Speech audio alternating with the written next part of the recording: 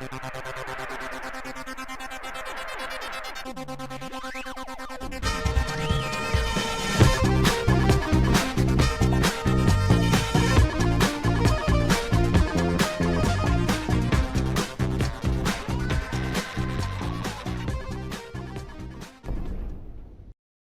guys, welcome back. This is Matt Chat, episode 567, with a deep dive into Phoenix Point. Now this is a game from Julian Gollop, the creator of the XCOM franchise, and the question is, how does it compare to that said game? Is it better? Is it worse? Is it just different? Is it a good spiritual successor to the XCOM series? Is it something fun to play as you're waiting maybe forever for XCOM 3? We'll get into that in this deep dive. We look at the strategy, the mechanics, the design choices, some that I've got a lot of beef with and I just freaking hate. But there's a lot of other stuff that I think is amazing and lots of fun. And I did like this game enough to play it all the way through despite some pretty heavy grinding and repetition towards the end. Anyway, there's a lot to cover here, so without further ado, here is Phoenix Point. All right, so let's talk about Phoenix Point. This is one of my favorite games of recent years. I had a great time with it. Probably cursed it about as much as I savored it. You know, it can be frustrating, it can be challenging. Not as hard as something like Battle Brothers, which is just insane. Even an easy mode. This will let you get your heroes through the game. You can play it in Iron Man mode if you're a masochist. But on the earlier, it's easier difficulties. You might be reloading a lot of combats to play it over again to keep all your crew alive. And some people look down on that. I look down on them. It's my game. I will play it the way I want to. But anyway, we'll talk more about that later. So I thought before getting into the game itself, we could talk a little bit about the background of this, some of the controversies around the snapshot games and the release of Phoenix Point. So basically what happens to a lot of people, you play, let's get XCOM 2 up here. So you play something like this XCOM series, XCOM 2, excellent games, some of my favorites of all time. This is 2016, it seems like yesterday this came out. So you play this, you love it, but you're like, what now? You know, you got this itch, and it's this XCOM series, it's different enough from things like Baldur's Gate, or it's a straight up strategy game, something like Heroes. You know, it's got kind of this unique formula that once you get accustomed to that, it's very addictive, and you're always looking for, you know, something to fill that itch. And it seems like this XCOM 3, if that ever comes out, I don't even know if that's even in development. That would be wonderful, but what do you do until then? So you could play something like Jagged Alliance, which was a great series of games. We've covered that, I think, the whole series. I forgot that I had played Jagged Alliance 2 for this channel, but there you go. I guess it shows you how memorable that game is. Just shows you how forgetful I am. But anyway, that's a different kind of setting. You know, that's like mercenary, soldiers of fortune, 80s action flick kind of vibe to that. You probably want something a little more spacey, a little more sci-fi, like XCOM. You know, it's part of the appeal of the series. So what would scratch that itch? The itch, the scratch, the fingernail, seemed to be this Phoenix Point game. So this was Julian Gollop, who I've had on the channel. I've interviewed him before. He's the creator of XCOM. And you would think if anybody could do this justice, it would be him. You kind of wonder why he didn't just do XCOM 3, but I didn't I didn't look into that. I assume there's some kind of reasons that he wanted to have his own company. Looks like Snapshot Games here. Let's see, what else have they done besides this? I guess they got a couple of different games they're working on. But anyway, let's get back to Phoenix Point. Can we get back? Yeah. So a lot of people were excited about this when they talked about it. So they put it on Fig, which is not to be confused with Kickstarter. It's the same kind of a deal. It's kind of a game-centered version of that. They raised, I found different amounts posted on various places. So I'm not even sure exactly how much they raised. I couldn't even find the original campaign page. It says here on the Phoenix Point Wiki that within a week they had 500,000, and then they hit some stretch goals for the vehicles, which we'll get into. Not a big fan. The FIG campaign ended with a grand total of 765,000. So they were only trying to raise 500,000. They got, quite a bit more than that. However, I also saw a figure of 1.2, and apparently they had a lot of pre-orders that I guess were separate somehow than the FIG campaign. So I think when you added it all up, it was about somewhere here they talk about 2 million. Yeah, somewhere, maybe it's not on this page, but anyway, let's just say it was 2 million. So that's still not a lot of money for a game these days. It sounds like an amazing amount of cash, right? But I guess this was, as with all these sorts of projects, it took longer and was more expensive. It's like renovating a house. But that's not the big deal. A lot of campaigns end up having to come back for more money or something like that. It's not really that unusual. But what got a lot of people's dander up was that they said, I guess, or implied, I don't know, I wasn't following this campaign at the time, but they were going to just release the game on Steam and probably GOG. Steam GOG combination, which would make sense. Why not? But instead, they got a little extra cash making it exclusive on this Epic store, which everybody seems to hate. We all talk about the fear. We're so scared of monopolies and all that, but except for games. When it comes to games, just put it on Steam. If it's exclusive to this Epic store, that, again, will get people really upset because that's a whole other thing you have to sign up for, and I don't know what all. Again, I'm not up to speed on why people hate this Epic store so much. For me, it's just inconvenience. All your friends are on Steam. You're used to Steam. Why are you having to register on this other thing? Every time you open yourself up like that, it's more likely to get hacked, I guess, or whatever. I'm just speculating here. But this really put a bad taste in a lot of people's mouths. Okay, so that's strike one. And then strike two... here's where here's Julian trying to explain. Yeah, we know you guys are going to hate this, but we're doing it anyway. So anyway, that was strike one, right? And then strike two was when this game came out. Finally came out. It was, people thought it was not really, again, like most of these crowdfunding games. Like, it didn't have everything in it that they promised. There was a lot of parts that felt unfinished, incomplete. They wanted more. It didn't line up too good with XCOM 2, which you'd think this would be better than that, or at least as good as that. So all those problems, and you throw in balancing issues and bugs and problems with technical issues, optimization, all that usual sorts of stuff, lack of polish, basically. And people just really sort of started to trash this game. So it didn't do nearly as well as they had hoped. But the reason that I'm looking at it today is that here we go. So I was reading about this, and I had completely forgotten about Phoenix Point, even though I'm an XCOM fan. It just went under my radar. I kind of was just sort of half following the story. I saw that Epic thing and like, okay, well, these guys are clearly, I'm not going to bother with it. I don't want to, put my hand in that hornet's nest. But recently, so this is only a month ago, wow, I was reading about this Firebird update. So what they did, I guess this game is 6 years old, and they put out this huge free update that brings a lot of balancing changes to many of the aspects of the game, including the DLCs. So I thought maybe this would be a good time to get into this, because it sounds like this patch addressed a lot of the issues with the game balance, and it is so incredibly maddening and frustrating at times with this patch.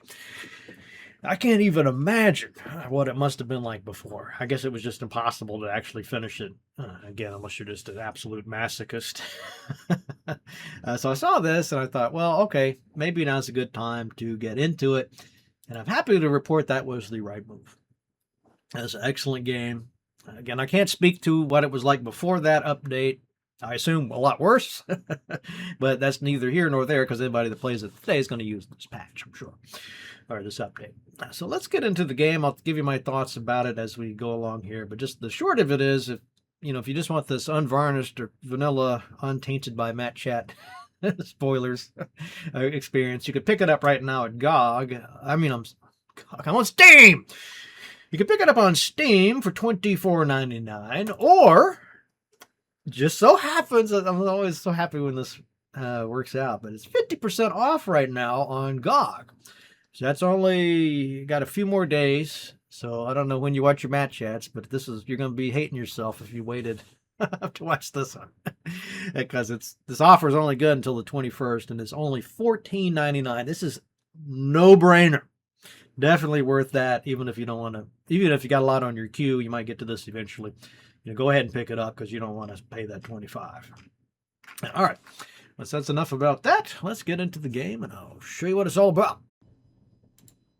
Okay, so here we go. Got Phoenix Point Complete Edition here, and I thought I'd mention briefly what people think about these DLCs. Now, I think the Complete Edition. Now that I'm thinking about it, I don't know if it comes with all this. So you might have to buy some stuff separately, but in either case, I can run through them quick. So the Legacy of the Ancients, I'd strongly recommend that one.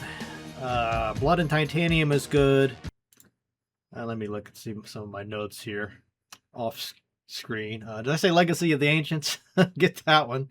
Blood and Titanium's good. The Legacy of the Ancients adds some really cool ancient alien ruins. Gets some really cool ancient weapons. It's just a good thing. Feels good. Good addition. Probably should have been part of the original. Blood and Titanium, you get cybernetics, this pure faction that's a lot of fun. Again, I don't know why. If you like the game, you should get that. The ones that are more, I feel like I'm skipping one.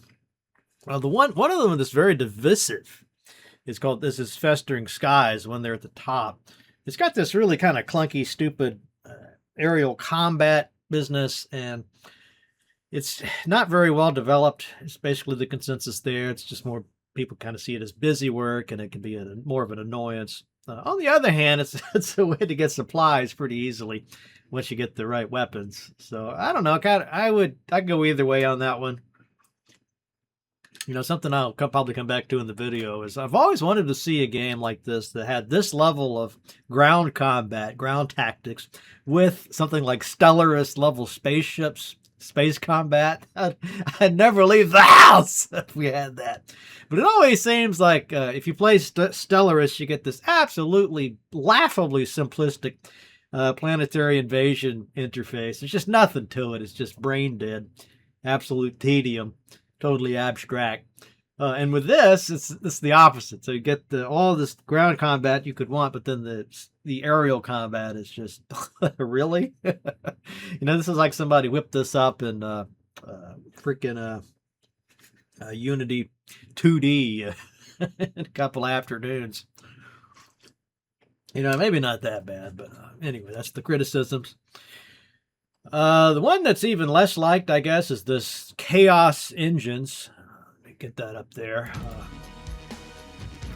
This one gives you these things called Chaos Weapons, which is kind of gimmicky. It kind of breaks the immersion. Basically, they don't use ammo, and they blow up occasionally. Okay. And then there's a more focus on these vehicles, which is probably the weakest part of the game for various reasons we can get into. But unless you just... I don't think it would necessarily harm the experience to have it. It's cheap enough, but it's just not going to be something that's going to add a whole lot to the game. So if you're tight for money or something, you might just get the Legacy, the Blood and Titanium, and save these other ones for later. Although when I played it, I just had everything, and I liked having everything. All right, so enough about that. Now, when we get into the difficulty level, again, with a game like this, it's basically just how often do you want to reload the game? Again, not as bad as something like Battle Brothers, where you have to reload, an hour-long battle. But it's definitely aggravating when you're almost at the end of a very long and stressful mission, and then just boom, one of your characters gets one-shotted, headshot, lucky roll. And you're like, okay, am I really going to just be content to let this character die permanently? And then I'll lose all the investment in their training and the experience points and all that. Plus, you kind of get attached to your guys. At least I do. So that's some people, I guess, are perfectly fine with that. They just see it as part of the story. What was supposed to, be pungent? People will die if this were a movie. Well, sure, but it's a freaking game. Anyway, have an NPC die. Don't make it one of my guys. So I just would not even consider. I mean, really? Hero, no.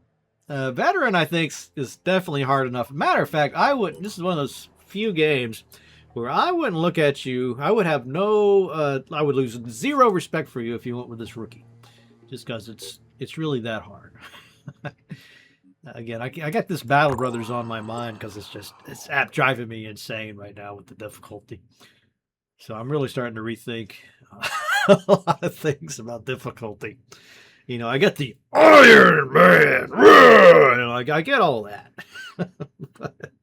but Sitrep is yellow alert.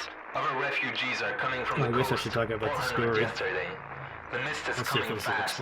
We need weapons, vehicles, and food. If there's anyone that can respond. 8, 3, 7. We listened to the number stations every day. I took turns with Jacob, waiting for our signal. And finally, it came. A scarab got it too. Its AI directing it to our rendezvous point. We had no news from Symes for many months. Did he send the activation codes? I was desperate to know what happened to him. The mutants were on the march again. Something was happening. If the mist was back, then it meant that the Pandora virus was mutating again, twisting the human form into new horrors. We needed to regroup, rebuild.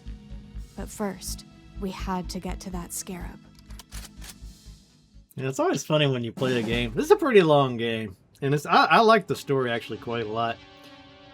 But it's long enough that you forget all the stuff that happened at the very beginning. So it's kind of like new again for me. Yeah, and I don't want to start bitching already about the vehicles. It just, oh my god. One of my favorite toys as a kid was this line of toys called the Wheeled Warriors. Can I show this? Will you permit me just a brief segue here, because diversion, distraction. I just got to show you this real quick, because maybe somebody out there might be able to do something about this. Okay, sorry. 1 second here. Yeah, here we go. Let me share that with you. Desktop, Google search. Okay, here we go. All right, so it was this line of toys. And you can see why I was thinking about this, right? Because they look like the vehicles in this Phoenix Point game. But what was cool about them was you could switch stuff out.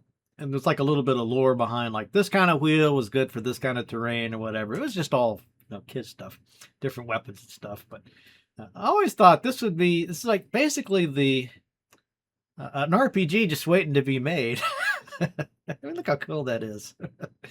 It could do all this fun stuff, and you get all excited about the possibilities there. And this vehicle kind of looks like that.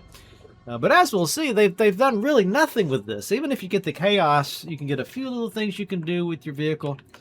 But they put so many freaking limitations on it that you end up never using your vehicle unless there's certain kinds of missions where you might be handy. But just such a freaking missed opportunity there. And I think that's part of the reason why people were upset about this game, because like me, they got all excited about that, overthinking how cool it would be. And then you find out real quick, yeah, I'm probably never going to use this thing. All right, camera and movement, we can skip some of this basic stuff. This is the rendezvous point. The scarab is waiting for us right over there. Yeah, that's another, I don't like this. I feel like I'm criticizing a game I love, but yeah, what the hell is this? Okay, why can't I just hold the middle mouse button down and freely rotate it like you can with every other game. I mean, oh no, this is somehow Q and E, and like you can't ever get just the right angle you're looking at. It's like can't quite end up getting nauseated looking at the damn thing. So I don't know whose design decision that was. The zoom is kind of weird too. You know, it doesn't exactly zoom. It goes up and down. Okay, sure. But you get used to all that stuff pretty quick. I'm not a big fan of monkeying around with basic interface. You know, I would want somebody coming to this from XCOM or a game like that just to be able to seamlessly get into this without having to rethink basic maneuvers, basic UI stuff. How do I get rid of the stupid window? Okay, is it just stuck there? Move your soldier to the... Oh my god. I should have turned off the tutorial because I just would rather explain this myself.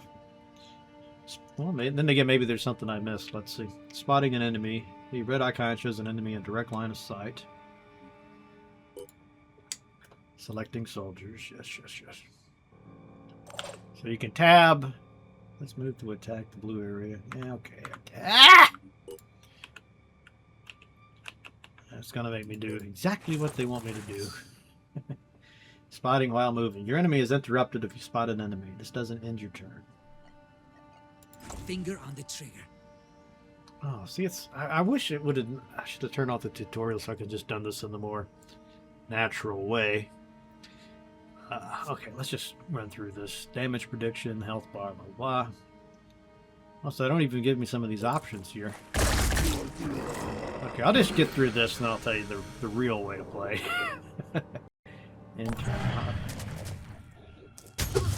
Okay.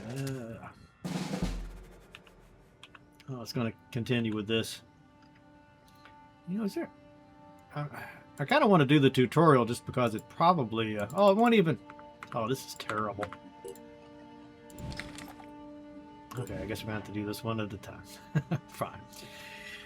So this is one of the big, impressive things about Phoenix Point that I wish more games would do this. I seem to remember this in the original Fallouts, maybe even some of the later ones, where you can aim at individual body parts.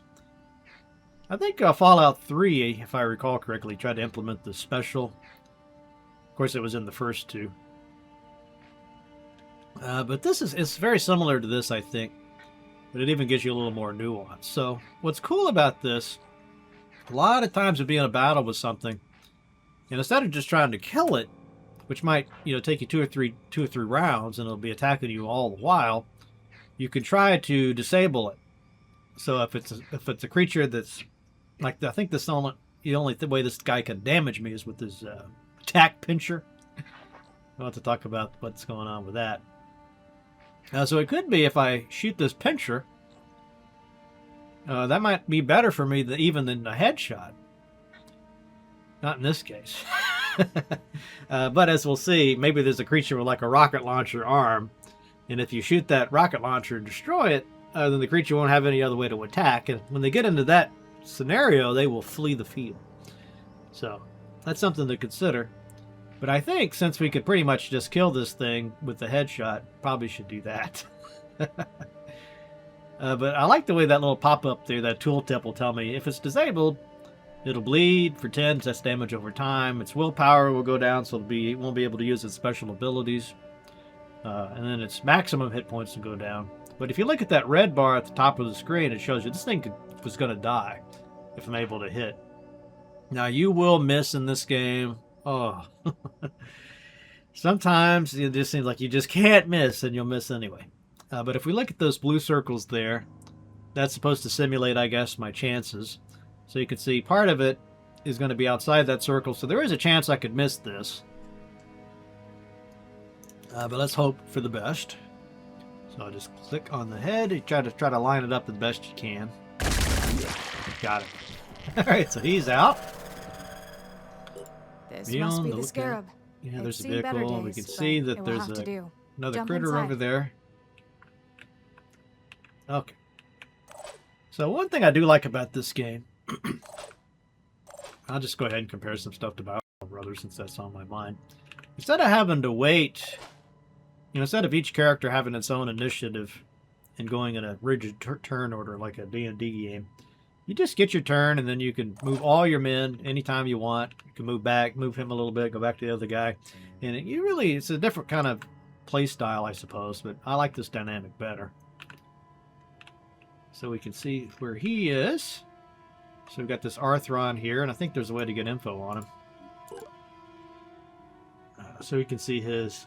He looks, of course, nothing's damaged. He's a fresh troop.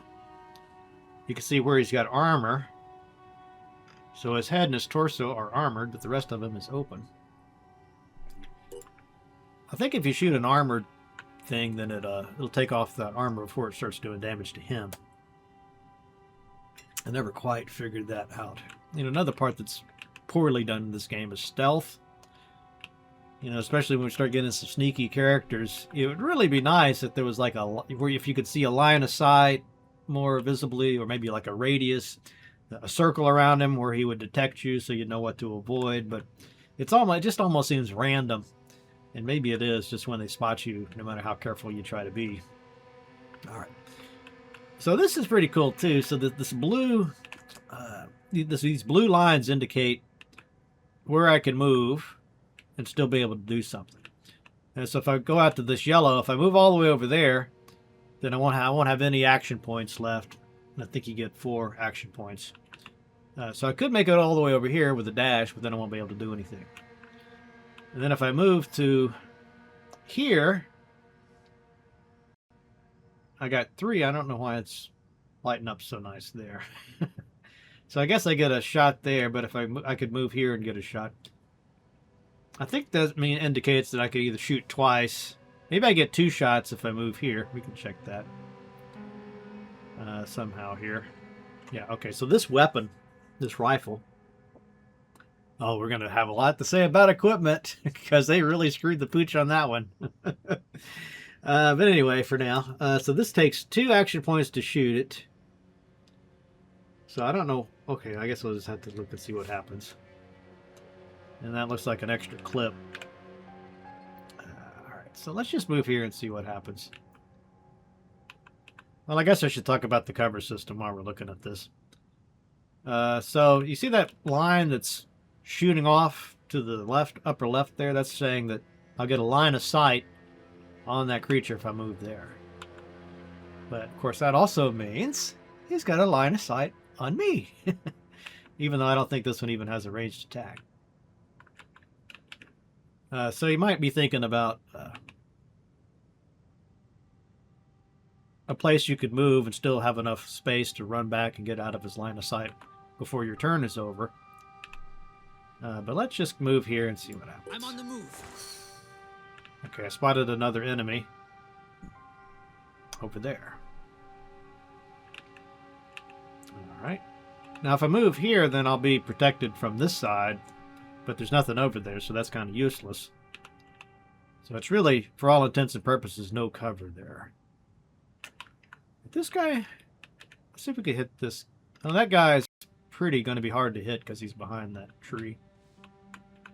So let's just go with the original Here plan. I am. Let's do this. Alright. Okay, so we can fire the weapon. Let's see what kind of shot we got here. So really, look how big that circle is. Most of him is outside that, so we're almost certainly going to miss. And if there's one thing about this game, if there's a chance to miss, you're going to miss. Count on it. So why don't we see if we can get a little bit closer. Now if I move here, then I'll have 2 of those guys coming at me, but again, they don't have ranged attacks as far as I can tell, so we might as well. I'm on the move. Okay, let's see who we got a better shot on now. So you can see just moving up that little bit of extra space made a big difference. If I could hit him, I'd kill him, but probably going to miss him. Now, somehow there's a way to go to the next... we can look at this guy and see if we can hit him instead. So he's got a tree blocking him, so yeah, good luck with that. When we start getting snipers, then you might actually have a chance. But I think we got a better chance with this guy, so... Again, you want to go for balance. Well, the headshot would be great, but you want to try to get as much of him in the circle, because hitting him at all is better than missing completely. So we'll try to line it up and just do it. Take that! Alright, so I did a little damage to him, but... Okay, so this is something else that's neat. So I actually disabled his arm there. That's what that red line indicates. Plus he's bleeding out for 10. Now they don't spell this out too well for you. But the 10 bleeding out means that he's going to take another 10 points next turn. And I think it'll decrease to 9 or half of that the turn after. But sometimes they'll bleed out, and this happens before they move. So if he only had 10 hit points and he was bleeding for 10, it would make sense to hit him again. I'd just be wasting my ammo because he's going to die no matter what. But unfortunately, will still have 10 hit points, so he can still move. But I disabled his arm, so we can look and see what happens there. I guess it's not going to tell us. I don't know if that's the arm with the pincher on it or not. You know, that'd be handy if it gave us that info. It's not going to tell us. I guess we'll find out soon enough. Alright, let's go to the other character here. Sophia. I love Sophia. Is it Sophia or Sophia? I think it's Sophia, right? She's one of my favorite characters. Okay, I guess we can't do anything yet. Sophie. I wonder why she's only got 2 action points for some reason. That's what these little lines, little minuses are there. So we might as well just try to get her into a better position. Since I'm trying to get to that vehicle there, I might just go here. Now, another thing that I don't like about this game is it sure would have been nice if they would have hidden a few things, like maybe these cabinets would have some ammo or something. But as far as I know, if there's anything, it'll be clearly labeled for you. So there's no reason to go in there and try to look for stuff. I got just another missed opportunity. Then again, maybe the idea was they just want you to get in these maps and get off the map as quickly as possible, not waste a lot of time looking around and sticking around. Because I don't know if it's true for this map, but pretty much all the other maps, after a while, these reinforcements will show up. So you're always trying to get through a map and get to your objective and get the heck out of there quickly, because otherwise you'll start to get overwhelmed. Alright, I guess we're good here. We could reload as a free action, but you don't want to do that because you'll waste your clip. It's better to wait until, current weapon ammunition will be lost. Because, of course. It is realistic. You see in those other games, if you got a half-empty clip, and you see the guy take the clip, throw it away, put a new clip in, but you still got the same number of rounds, don't work that way in reality. Because that's important, because reasons. Yeah, here comes Artie. Oh, we got 2 Arthrons. Oh, no! And see, I didn't see him, and he got close enough to do his attack, so that sucks. Okay, we already established that. So there's another little interesting detail about this game. You could try to bash somebody. Any kind of gun or whatever, you can use it. You could basically just literally hit them with the butt of the thing. And it's a pretty powerful attack, actually. But the problem is it damages your rifle, your weapon. And it's very hard to tell how much damage these things can take before they break. And then you're out of gun, and that's pretty bad when that happens. So it's always a bit of a gamble. On the other hand, as long as the weapon survives, you don't lose anything. So let's just try it out. So you can see if I bash him with this, you don't get to pick a specific body part, so that's one negative about it. But it won't use any ammo, and that's important. And it'll almost take him out, and it only takes 1 action point, so let's do it. Okay, so we disabled his arm. He's bleeding, but he's not going to bleed out completely, so we can either shoot him at this point, or we could take another bash. Let's try that again. The shock means you can actually make him skip a turn if that's enough shock. Yeah, now, see, he's dazed. So he's not even going to be able to move next turn. But he's going to die anyway, so he's bleeding for 10. He's only got 10 hit points left, so he's out. But I got this other guy over here. You starting to see why this game is fun? Oh, yeah. If you like this kind of thinking, you're going to have a great time. Alright, so I got 2 hit points left, but I don't have... for some reason, I guess at this tutorial level, we don't have our cover fire. There's an Overwatch you get later. So we could say, we could get ready for this guy when he whips around the corner, just take our shot then. So I don't see that, so I guess what I'm going to do is just run over here, because I don't think there's too much I'm going to be able to do cover-wise. Let's do this. He's got a melee attack, so it's not a question of trying to get good cover, although just out of habit. Alright, so if I go here, then I'll get a shot on that guy. Or I could get it here. Let's just see what this shot looks like. Oh, I didn't see this. Oh, he's running away. Yeah, see, he'll die anyway because he's almost bled out. But if you disable their weapon, or weapon arm, in this case, they'll just try to flee the field. The only negative to that is if they are carrying something you might want to loot. I don't think it really applies in this case. Alright. Let's see what kind of shot we got on this guy. Actually, a pretty decent shot. So you could see if I could take that pincher out, then he'd flee as well, but it's probably not going to hit. I think trying to get him right in the middle here is the best strategy. Let's go ahead and take the shot. Got him. Boom. Yay! Alright, so what was the point of coming here? Trying to get to this stupid vehicle. So I'm just going to make a beeline for it. See, he died. Because they bled out. So there's... I don't have Overwatch yet, so it's a little bit simpler. If you had Overwatch, you might want to think about, even though you don't see any enemies, you might want to be a little more careful and just be ready in case one of them pops up. Well, let's just try to get to that tile and get in this silly vehicle. Okay, we're in the vehicle. We can put her in as well. I think this thing holds 4 or 5 people. The different vehicles will have different capacities. The main advantage of a vehicle, I'll just go ahead and say, is that there's certain missions where you're just trying to collect crates of equipment, crates of supplies, and your characters can only carry so much before they get burdened down.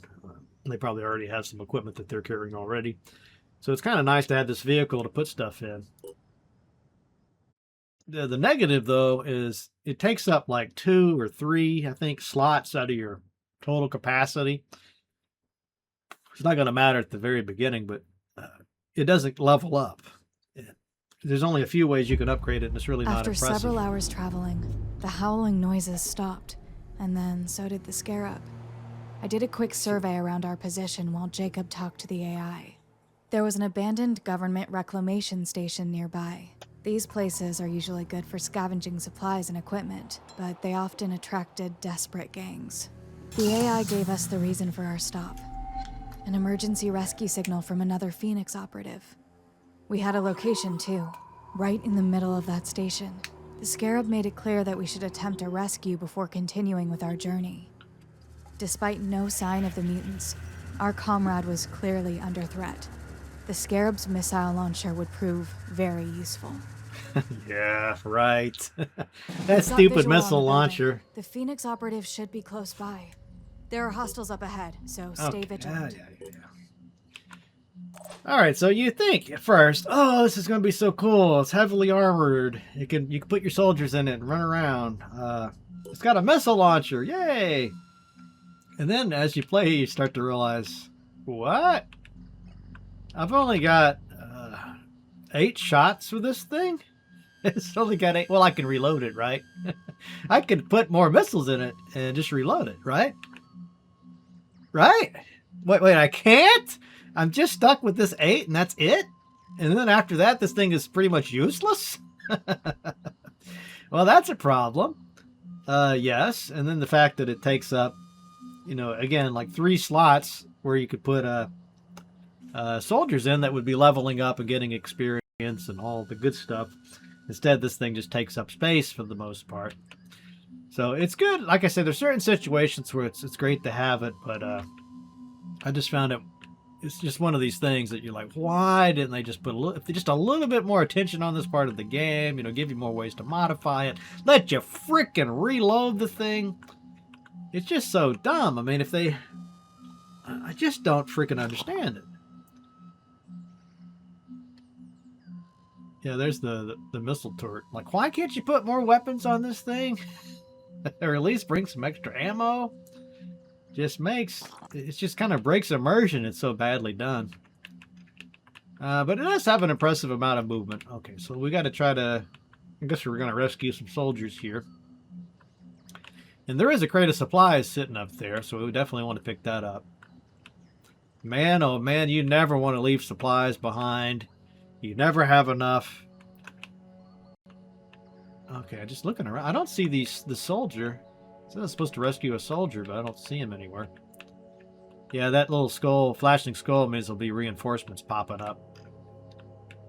And it's usually all around the map, but I guess in this case, it's just that one spot. Okay, so you could put your guys in the vehicle, and I guess that would save their movement points. So why don't we do that? We'll move it up here. Of course, they get you back for that because it costs a movement. Or it takes action points to get in and out of the vehicle.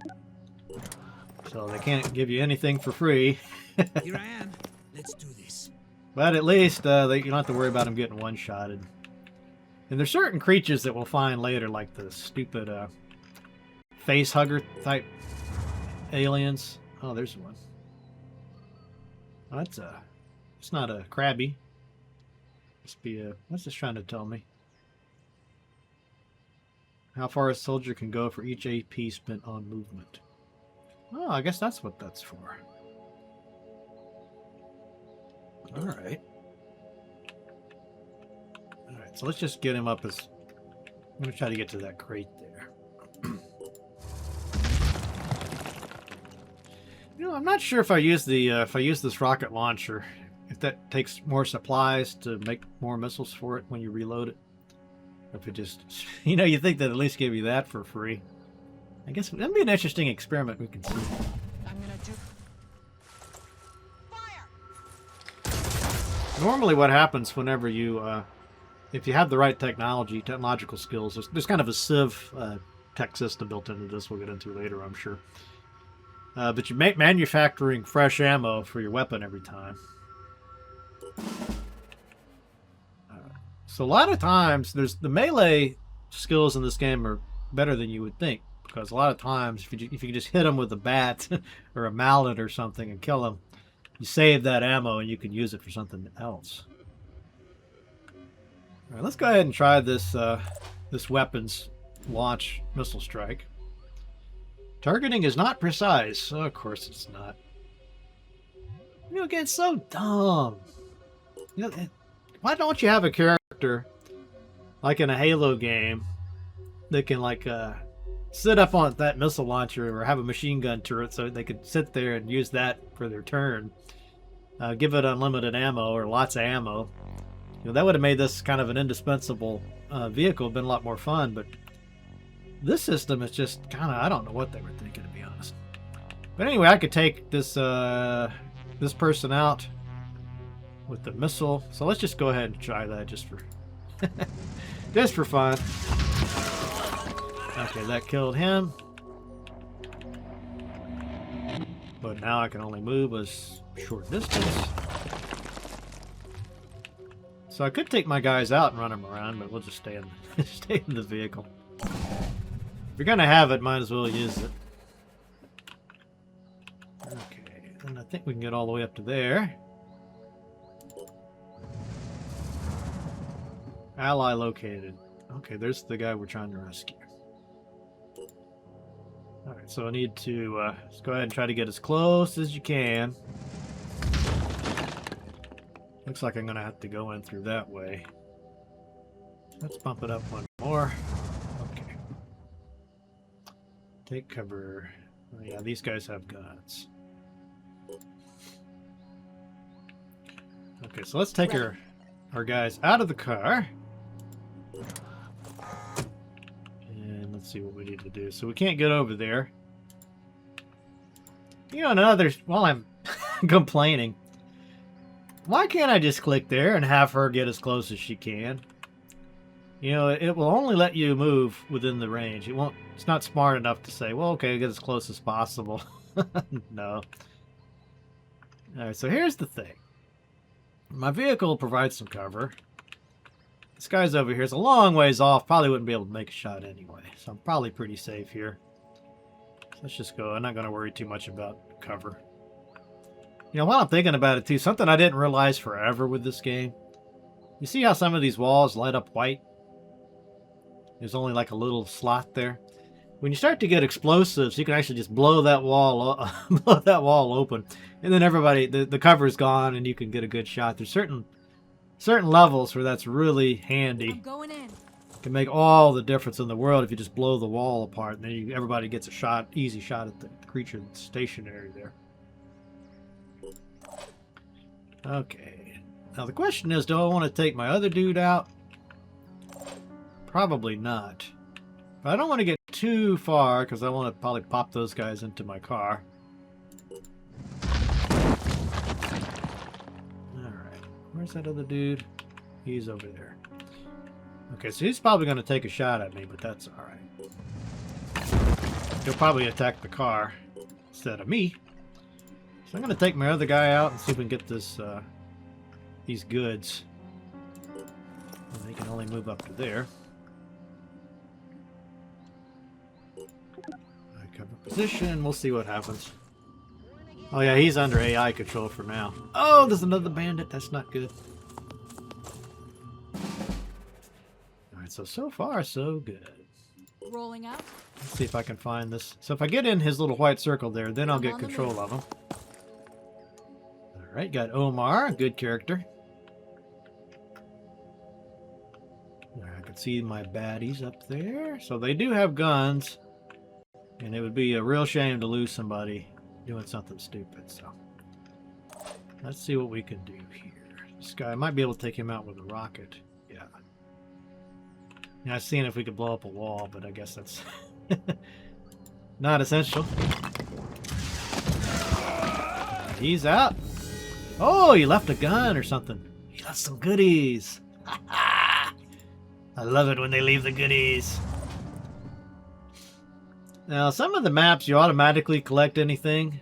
Other maps, though, you have to do it yourself. I'm pretty sure this is one where we have to do it ourselves.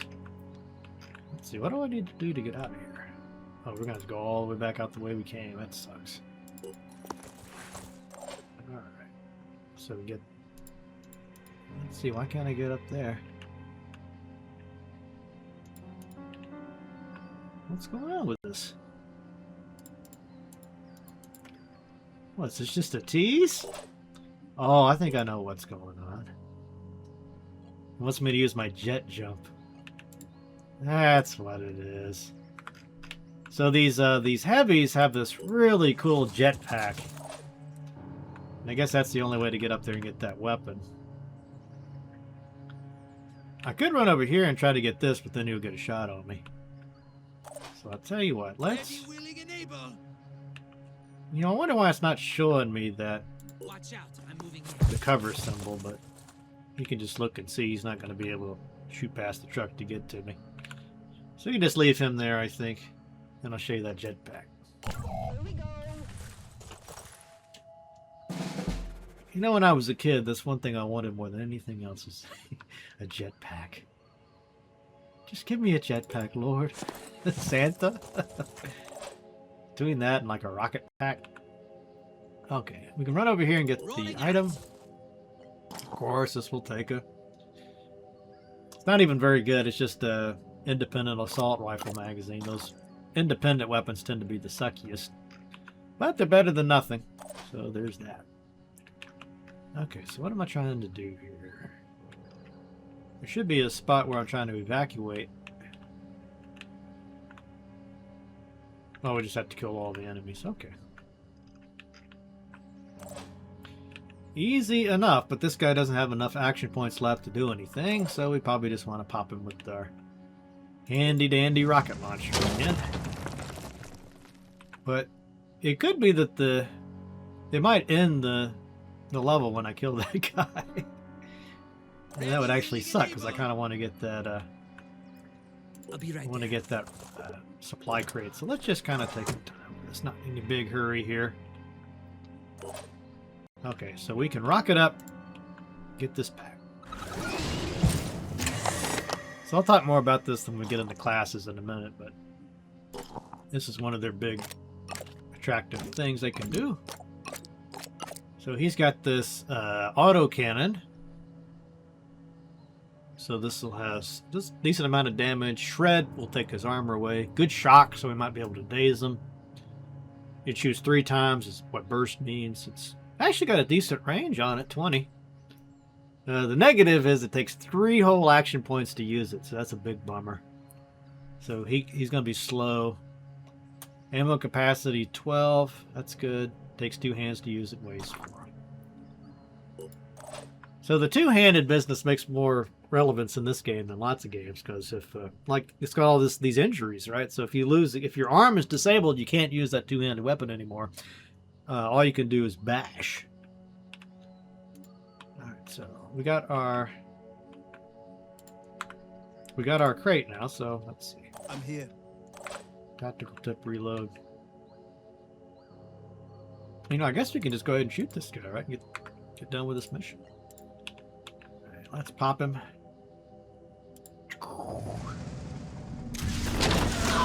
Let's see if that ends the turn or ends the match. Action. I guess they want to demonstrate this reinforcement business. Oh, there's another. That's probably just ammo, but you never know. Alright, that guy's a long ways away. Can try to get a shot on him. Let's see what the shot looks like. Yeah, cases like this, it's kind of hard to know if it's even worth wasting the ammo. He's got some body armor on, so it's not that great of a shot. I guess we could try it. Probably going to miss. I did a little bit of damage. Okay, we can leave her there. Oh, I see I have Overwatch now. Okay, these guys are back there. So let's roll up to here. And hopefully they will attack this vehicle instead of me. Alright, do I have a guy in the vehicle still? I don't think so. Guess I gotta reload. And we can jump down and grab that item. Of course he's out of action points. Never mind. Oh, I do have a guy still in the vehicle. Okay. Gotta be careful because this guy up here is a heavy. He might actually do some damage to me. So this is another thing I've never been quite clear on. So looks like there's some shrubbery in between me and him. So I don't know if that would actually block my shot or not. But you can see I'm not even going to tickle him with this. If I hit him in the head, I would do a lot more damage. But you know, it's a harder trick to pull off. Now, if I could shoot his machine gun, then he'd basically he'd have to leave. Let's just try it. I probably won't hit it, but you never know. So I damaged it, but it's still working. So I guess I could just hop back in the vehicle. Why don't we do that? Oh, that's interesting. I wonder why it's not costing me anything to get back in there. I don't know what happened there. We'll take it. So you telling me I could just pop my guys out, shoot, and then hop back in? That's pretty cool. Might have to take back what I said about the vehicle. Go ahead and get him. Try to get right in his face, so he'll definitely be shooting the vehicle. See how much damage he does to it. Oh, there's 3 of them. So really, they're not doing too much damage to the vehicle. I mean, that'd be terrible if it was a person. Of course, you don't want to let them destroy the vehicle. That would be sad. And this whole mission would have been for nothing. Alright, we got this assault rifle, which he's not proficient in, but you might get another character later that can use that. So it's a good idea to go ahead and pick it up. But he takes 3 hits, or 3 action points to use his weapon. Alright, so I might be able to take out 2 of these guys with this rocket launcher. I doubt it. We'll see. Alright, Scarab's out of ammo, so now it's just nothing but transport purposes. Ready for action. Alright, he left that package over there, so let's see if we can grab that. I don't think I'm going to be able to get a shot on him anywhere, so... he's probably going to attack that vehicle, so I'm not too worried about her. You want to try the popping out and popping back in again? It says it takes 2 action points to get out. Let's see. So if I wanted to hop back in, it says 0 to hop back in. Okay, so maybe once you use the 2, that covers getting out and back in. Doesn't make a whole lot of sense, but I'll take it. Alright, so we got a really good shot on him now. But here's what I'm talking about. So you might think, oh, hit him in the head for sure, right? Because that's... take him out. But it's not in this game, that's not always the default thing. You might actually want to really give him a good look and see where you might want to hit him right in the beer can. If you hit this gun, it's still not going to be enough to take it out. Plus it has the negative that I wouldn't be able to collect this gun myself if he drops it for loot. So I think an arm shot, but he's got a lot of armor on his arm, and you can see it's not even going to tickle him. So I guess the headshot is the way to go here. If we do manage to hit him, we'll do quite a bit of damage. So let's just try it. Of course, you might possibly want that helmet. Yeah, I didn't realize you'd get in the vehicle for free after an attack, so that's pretty handy. Now, unfortunately, this thing it's not invincible.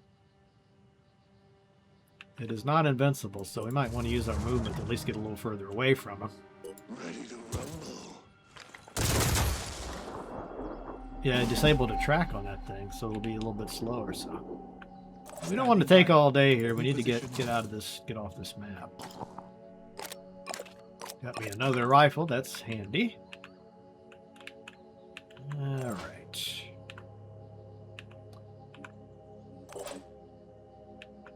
I guess we have to kill him to get off this map. So why don't we try to get a little bit closer? Ready. Pop our guy out again. Oops.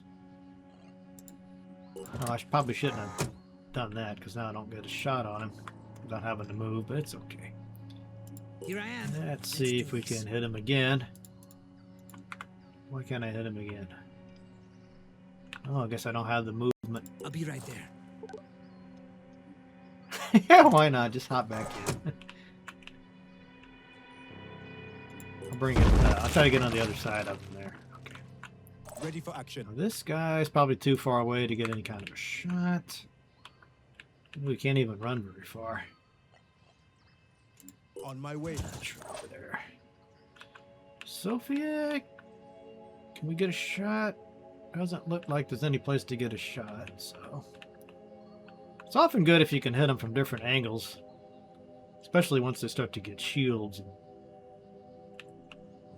Okay, this is a little bit risky here, but I think there.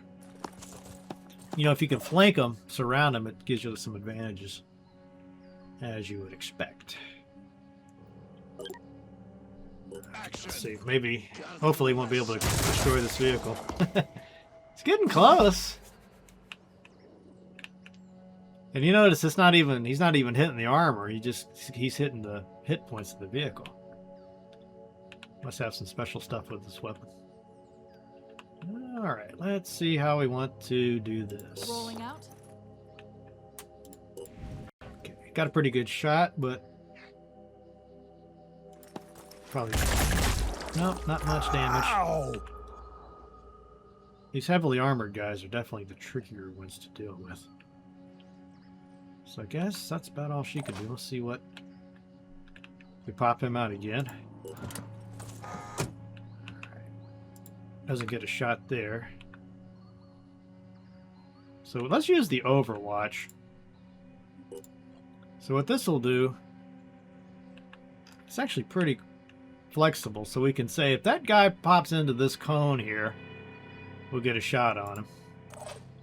Now again, you can't aim it where you want it to go, so that's a limitation of it, but it's not bad. She's got 1 action point left, but there's not much I can do with it. Just leave her there. Leave that there. And let's see, can we get a... so, like, he's just such a low... It's a heavy weapon, so he can't move very far with it. We might get lucky. Let's try. We did not get lucky. We just wasted ammo. The Overwatch did nothing. And he disabled my frickin' head. And he's bleeding. And he somehow got another attack. Okay, so this guy's in bad shape. We need to get off this map quickly. So let's try... see if we can take him out. Ah, he's still up, but I get 1 more shot. Alright, he's down. Glad you found some gear, because you're gonna need it. Now you're part of my squad. And is that the end of the... is that the end of the mission? Yeah. So that's something else you need to know. Like what? How do you complete the mission? Because sometimes you might have 50 enemies left on the map, but if all you have to do for the mission is kill this one or get this one person off or whatever. That didn't sound right. Get this one person off the map. And then the mission's over and you don't even have to deal with all those extra enemies. So that's something to think about. Know what's going to trigger the end of the mission. Alright, so even those first few tutorial missions, there's a heck of a lot we got into there. And we haven't even scratched the surface of this bad boy. So hopefully it'll slow down here in a minute and we can talk more about what's going on here story-wise. After the battle, the Scarab resumed its course towards our base, struggling through the rough terrain. Strange growths were contorting the road, smashing against its armor. It wasn't long before it took 1 too many hits. The engine gave a loud crack and the AI went dark. We had lost a valuable member of the team. We So I knew guess we all that were was for close to nothing. our destination, but we didn't know what we would find there. If we were to advance on foot, we had to exercise extreme caution. Approaching the base, we heard gunshots. Jacob and Omar took positions by my side. What was going on inside? A bandit ambush? Or something much worse? Following Phoenix Protocol, we readied our weapons. It is time to reclaim our home. Tread lightly. There are hostiles up ahead. Let's get rid of them and clean up this mess. Okay, yes. Whoa. I always thought that Mass Effect, especially I want to say the first one, maybe the second one, had the really nice Mars rover type thing where you go down the planets and had like a little driving simulation. I always thought that was a fun part of the game. They gave you unlimited ammo. Imagine how dumb that game would have been if you only could shoot like 5 times and that was it. Alright, let's see. What's happening here? I'm so used to the later games, so we're not getting to like go to the base and mess around with their text. So we just got what we came with. Alright, so a little bit, this would be a good time to talk a little bit about the story. So these aren't aliens that we're fighting. That's a big deal. They're not aliens. What made you think they were aliens? No, they're crab people. This is kind of the H.P. Lovecraft storyline. You know, everybody's kind of mutated. Things are coming from the sea. I think there's actually an XCOM game with the same story, right? From the Deep or something like that. I could be misremembering that. But anyway, this Phoenix Point, or the Phoenix guys, are part of this crew that was around before all this happened that was kind of preparing for something like this. But then for various reasons, they kind of fell out of favor or fell into disrepair. So we're trying to kind of put this team back together again. So it's almost like the XCOM team, but it was defunct. But we still got all this great technology and stuff if we could just get it up and running again. So that's kind of neat. But we're going to encounter all these different factions. that have different thoughts about how they might want to save the world. Different visions.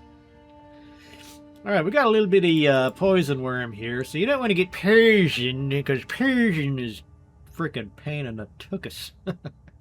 But do you want to waste one of these big heavy shells just trying to kill this little worm?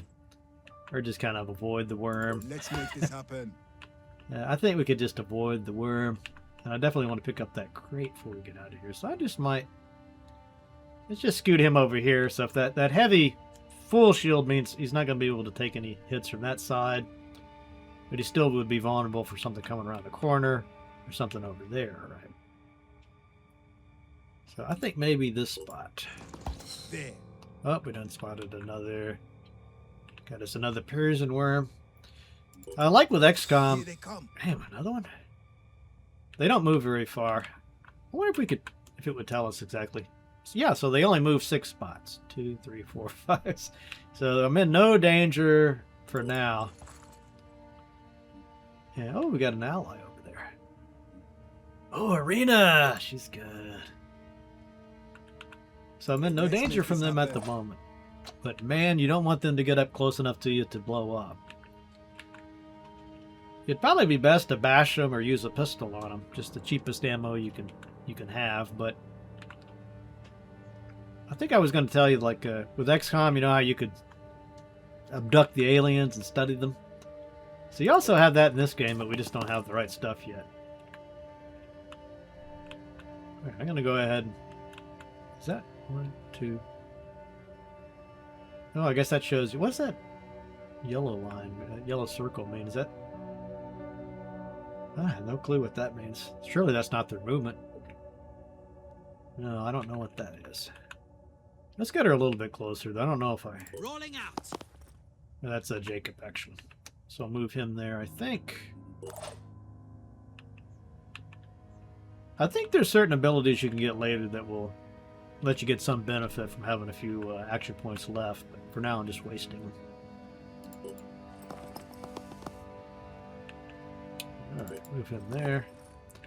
Not too smart if this thing does explode, because then it would get all 3 of these guys, but I think we're safe for now. She's the sniper. Wasting sniper bullets on the worm. No visual, but I can hear commotion coming from the hangar. We must investigate. Unknown enemy. Well, I guess I might have some more allies here if I can get there quick enough.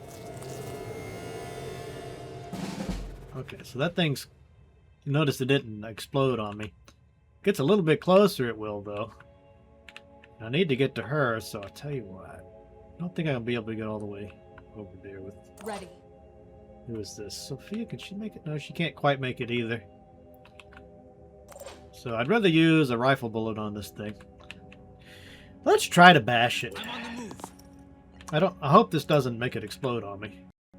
Oh, that's good. Okay, so it says 3 equipment damaged, Ares, blah, blah, blah.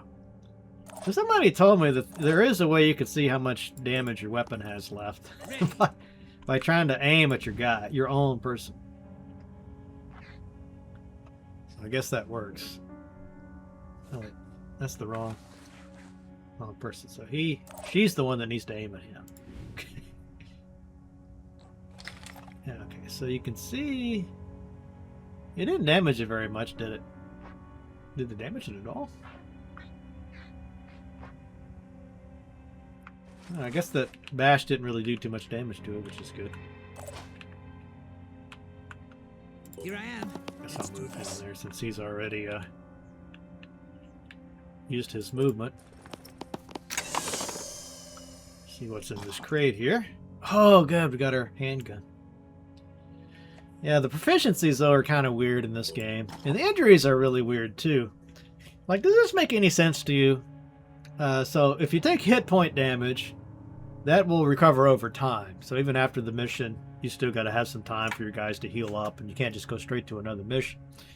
But if you get injured, like your arm is disabled or your head is disabled, maybe everything is disabled, you're in terrible shape, all that will clear up instantly after the mission. So, kind of weird. I got a few little items here. Got some ammo for the handgun. Got a grenade. go ahead and equip that. Those are great for clusters of enemies, although friendly fire is a big problem. So you gotta be careful with that. Alright, so I think I'll just move there for now. Steady, take Overwatch positions, and wait for them to come. Remember to save your game. Alright. We don't have any action points left for Overwatch, so. Oh no, stay still. I don't know what's going on there. We can hear them basically, but we don't know what that is yet. Let's go ahead and get Arena here. She's a sniper. And she can use that, yeah, we need to give her that item that we just picked up. Moving in quick. Okay, yeah, I get it. There's some worms in there. Calm down. I'll go ahead and swap this item out if we can. I give her the pistol and the ammo. This does take an action point, I believe, to do this. What's this other stuff? Give her that too. Okay, so she's got some ammo. I'm prepared. Alright. I'm prepared. And what's Jacob doing? I guess we might as well just run him away. I don't want to forget about that worm down there, though, because that would be bad if they got all the way up to me. Don't see any enemies yet. They're probably up and around in here somewhere, though.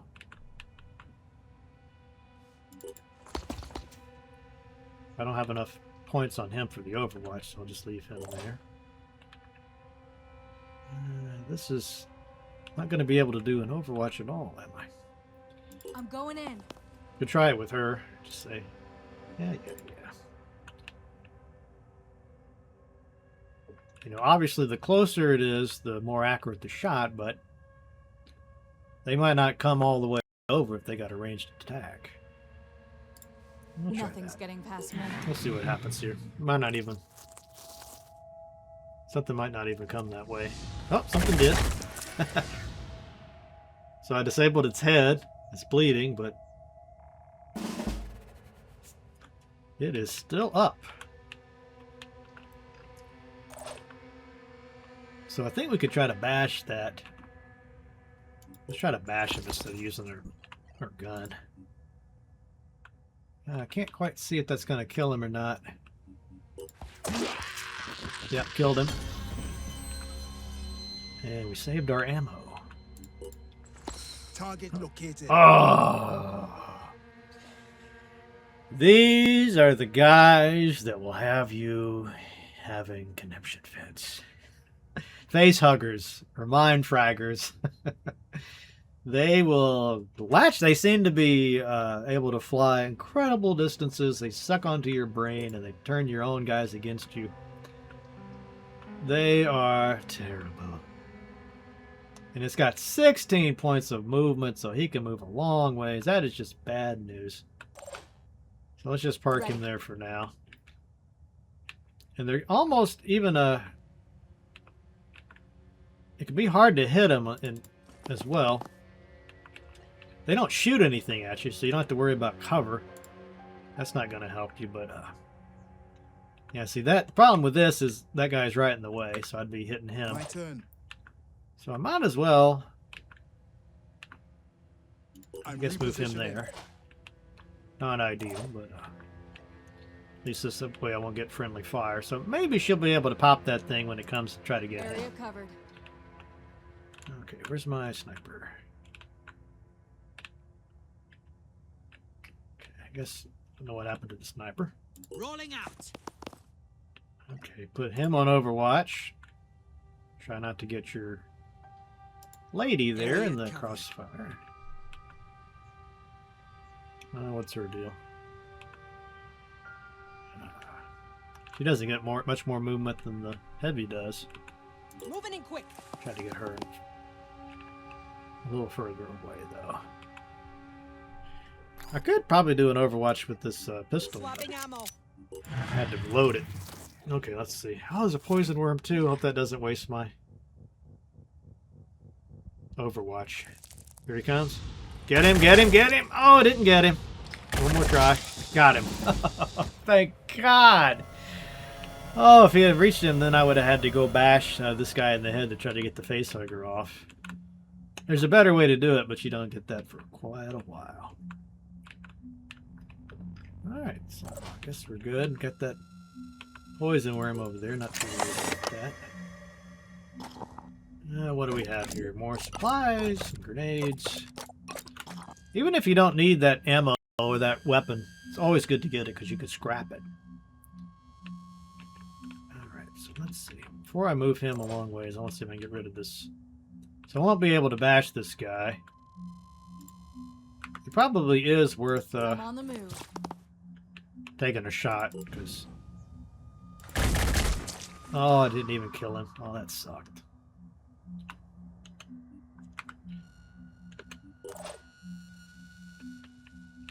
It is bad if he gets close enough to use that poison on me. 1, 2. Yeah, I think he'll actually be able to use it. I'll be right there. So I just gotta hope I can make this shot. No, that's hopeless. I can tell you right now, that's hopeless. So let's try to do this. Probably end up just hitting my own person. I think there's anything useful he can do. Try to get him a little bit further away, just in case that thing does explode. Now, if I could get her there, she's got a pistol shot. She can't get close enough with the sniper gun, but we could get close enough with the pistol to take one shot. Let's see what that looks like. Huge. Let's try to Overwatch. Maybe she could hit him with the Overwatch. So he'll have to come there to do his thing. We'll see. That worm. Come on, get him, get him, get him! Oh, missed! Oh. Oh, thank you. Is that really the best they can do? Ah, thank you, Jacob. You just saved me a lot of pain. I think we'll save it. I think we just saved the game. Alright, she's still got some ammo. Good. So Rolling out. Scooch over there. Now we got another crate up there. Let's see, how do we... Where are we? So it looks like I need to get up that ladder there. Tango spotted. Oh, God, I got another mind fragger.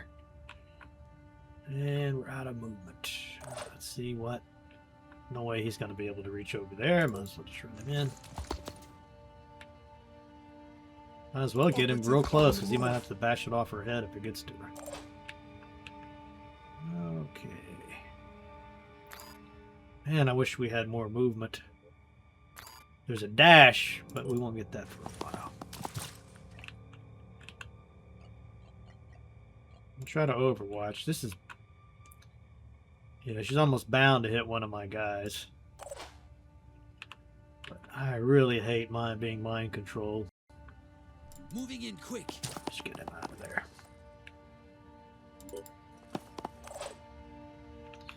Alright. It will probably be able to reach me. I don't really see much else I can do. It's not going to help a lot to move. Unless I try. Maybe I can get her out of the range of that Overwatch. There might be the best thing I can do with her. Okay, yeah, one pistol blast is probably not going to be enough to kill that. Although, I stand corrected. But guess what? There's another one! Oh, thank you. Alright, so he's mind controlled now. So you can try to shoot him in the head with a pistol. That never seems very smart to me. Or we could try to bash it off. Sometimes you bash it off and it does incredible damage to your weapon and to the person that you bashed it. Ready, willing, and able. And I think he loses a turn because of that mind control. So that's just every possible way that sucks. The door is shut, so we'll have to use those ladders. Go, go, go! Let's see, I don't think I got enough movement to get up there yet. I'm on the move. Maybe I do. Okay. I'm going in. Yeah, it's a little bit tricky sometimes to see how much movement you got left. Alright. Can I get her up to that second level? Moving in quick.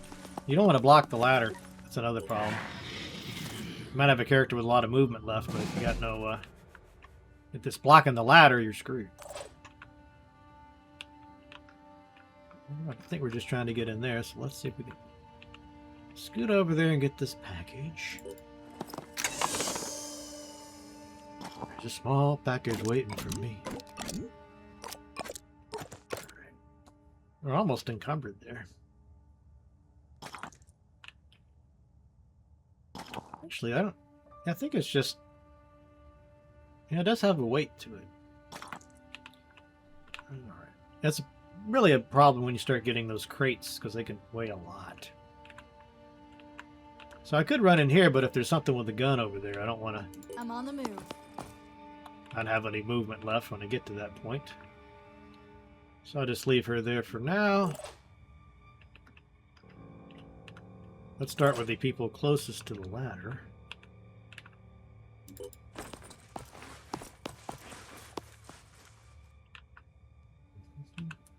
I'm on the move. Still have flashbacks to that Jagged Alliance game. These stupid ladders. The NPCs, for some reason, would just go up the ladder and down the ladder and up the ladder and down the ladder. Just some kind of glitch with the AI, and it took a long time just sitting there watching them climb the stupid ladder for absolutely no reason. I guess they wanted to be cute with their ladder animation.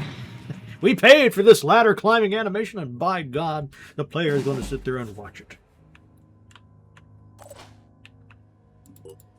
Let's see what we're dealing with here. So, there might be something there. We don't know what it is yet, so let's see if we can spot it. Rolling out. Come on. I'm go What do we have here? An Arthron. I guess I got no shot on it here. And I'm out of movement, so about the best I can do would be to try to overwatch it. This is going to be tricky to figure out where the shot's going to be, though. He might be able to come there. So let's just try to watch that spot. Okay, we got Jacob here, but can't get a shot on him. Somebody bashed that thing off his face. Oh, we got somebody mind frag down there. That's weird. I wonder what'll happen if I go down there.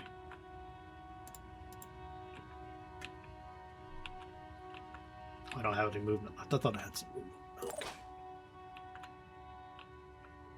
This guy might be able to get to him with the... Oh, I'm locked. Let's see. Try to turn that on just to see what kind of movement I've got here, so I can move here. I can't... Oh, that takes 3 to jump. Okay.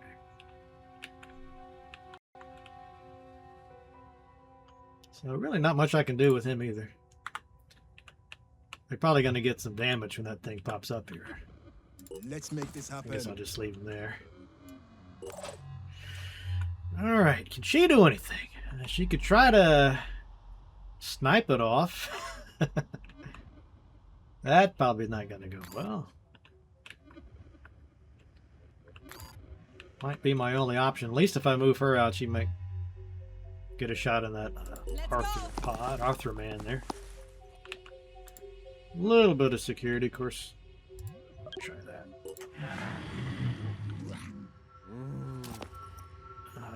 Yeah, that's Takesha Soto down there. He's a really good character. Alright, good. I guess they didn't spot me. See, this is what I'm talking about. I don't know how to see. There should be an easier way to see if these monsters have spotted you, or if they've detected you, or how close they are to being detected.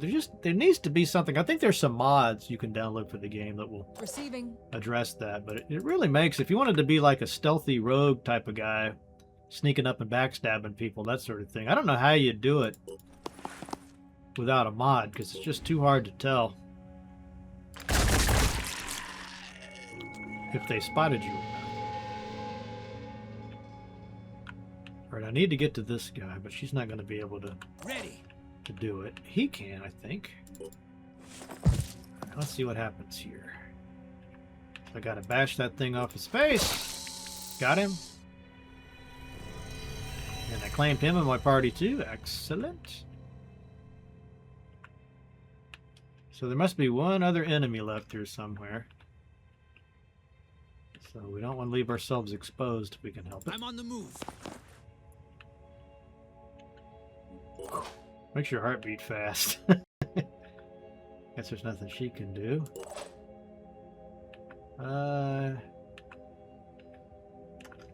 What to do with him? I guess I'll move him down here. He's got to be fairly close to have any hope of hitting anything with that weapon. Keisha. I seem to have vague memories of doing this badly before. Try to Overwatch. I don't know where the enemies might come. Okay. I wonder if they would come from in here or down there. So let's try to get a little security on both fronts. So the sniper rifle can go a long Area ways. covered. Okay, he's coming from down there. So he spotted me. I guess you just have to remember which one spot you. So like these guys haven't spotted me, correct? They kind of dropped the ball on that, in my opinion. Ready. Okay, so we can see if we got any kind of shot. Since we got a shot on this guy. There are ways with these snipers where you can make their weapon attacks silent.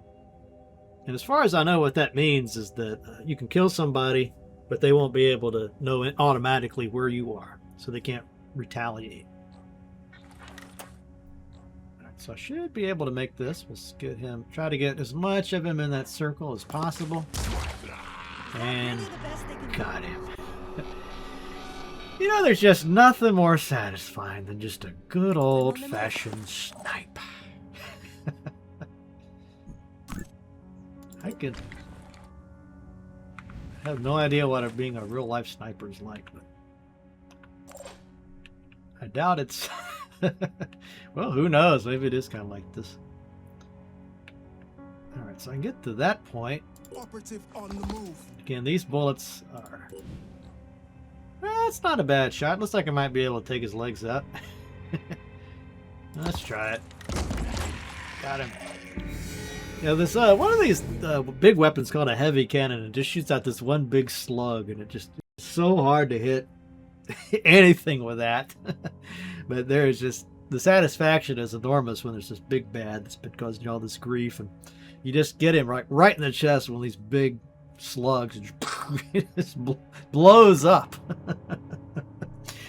It's worth having those big guys just for that purpose. Well, I guess that's not the... Oh, we got one more enemy back there. Okay. So how are we going to get him? He's probably going to come out that way. So we might get lucky with an Overwatch. I doubt it, though. Let's do that. Area covered. Alright, move her into position as well. You know, sometimes you can get your... like 9 people Overwatched all in this one little spot. And it might take 7 or 8 of them before you actually kill the thing.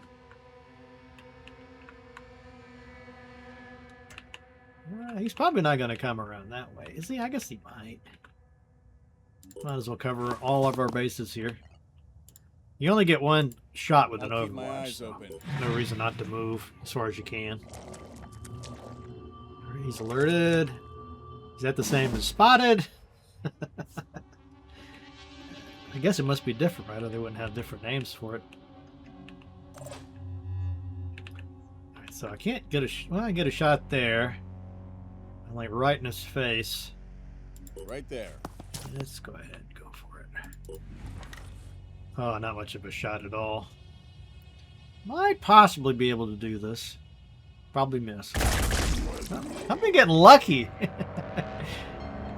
It's like Phoenix Point. They really want me to have a good time on my little video here. Well, there must be another one. Oh, where is he, though? Think he's in here, or is he up here? guess we'll just have to mess around and find out. Probably would. Oh, you don't think I have to kill that stupid worm back there?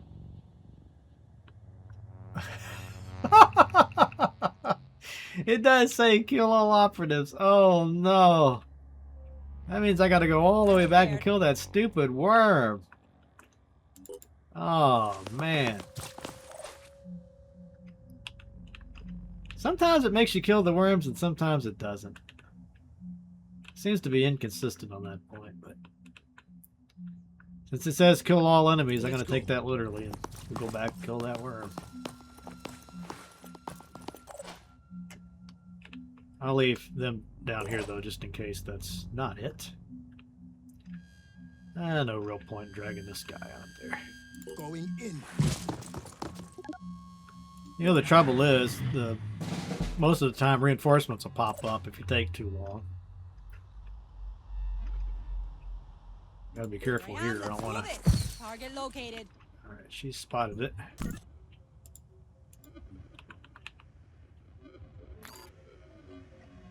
Can I make the shot? That doesn't look very likely, but Ready to engage. Alexa, stop.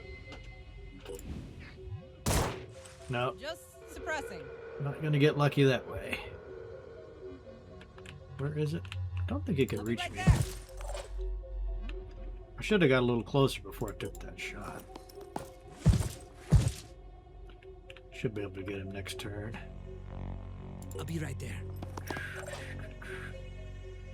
Wasted a bullet. I'm more upset about the wasted the bullet than anything. You really don't want to be doing that. Where did we? No. There we go. So I don't think I'll be able to get close enough to. Oh, what happened there? Okay, never mind.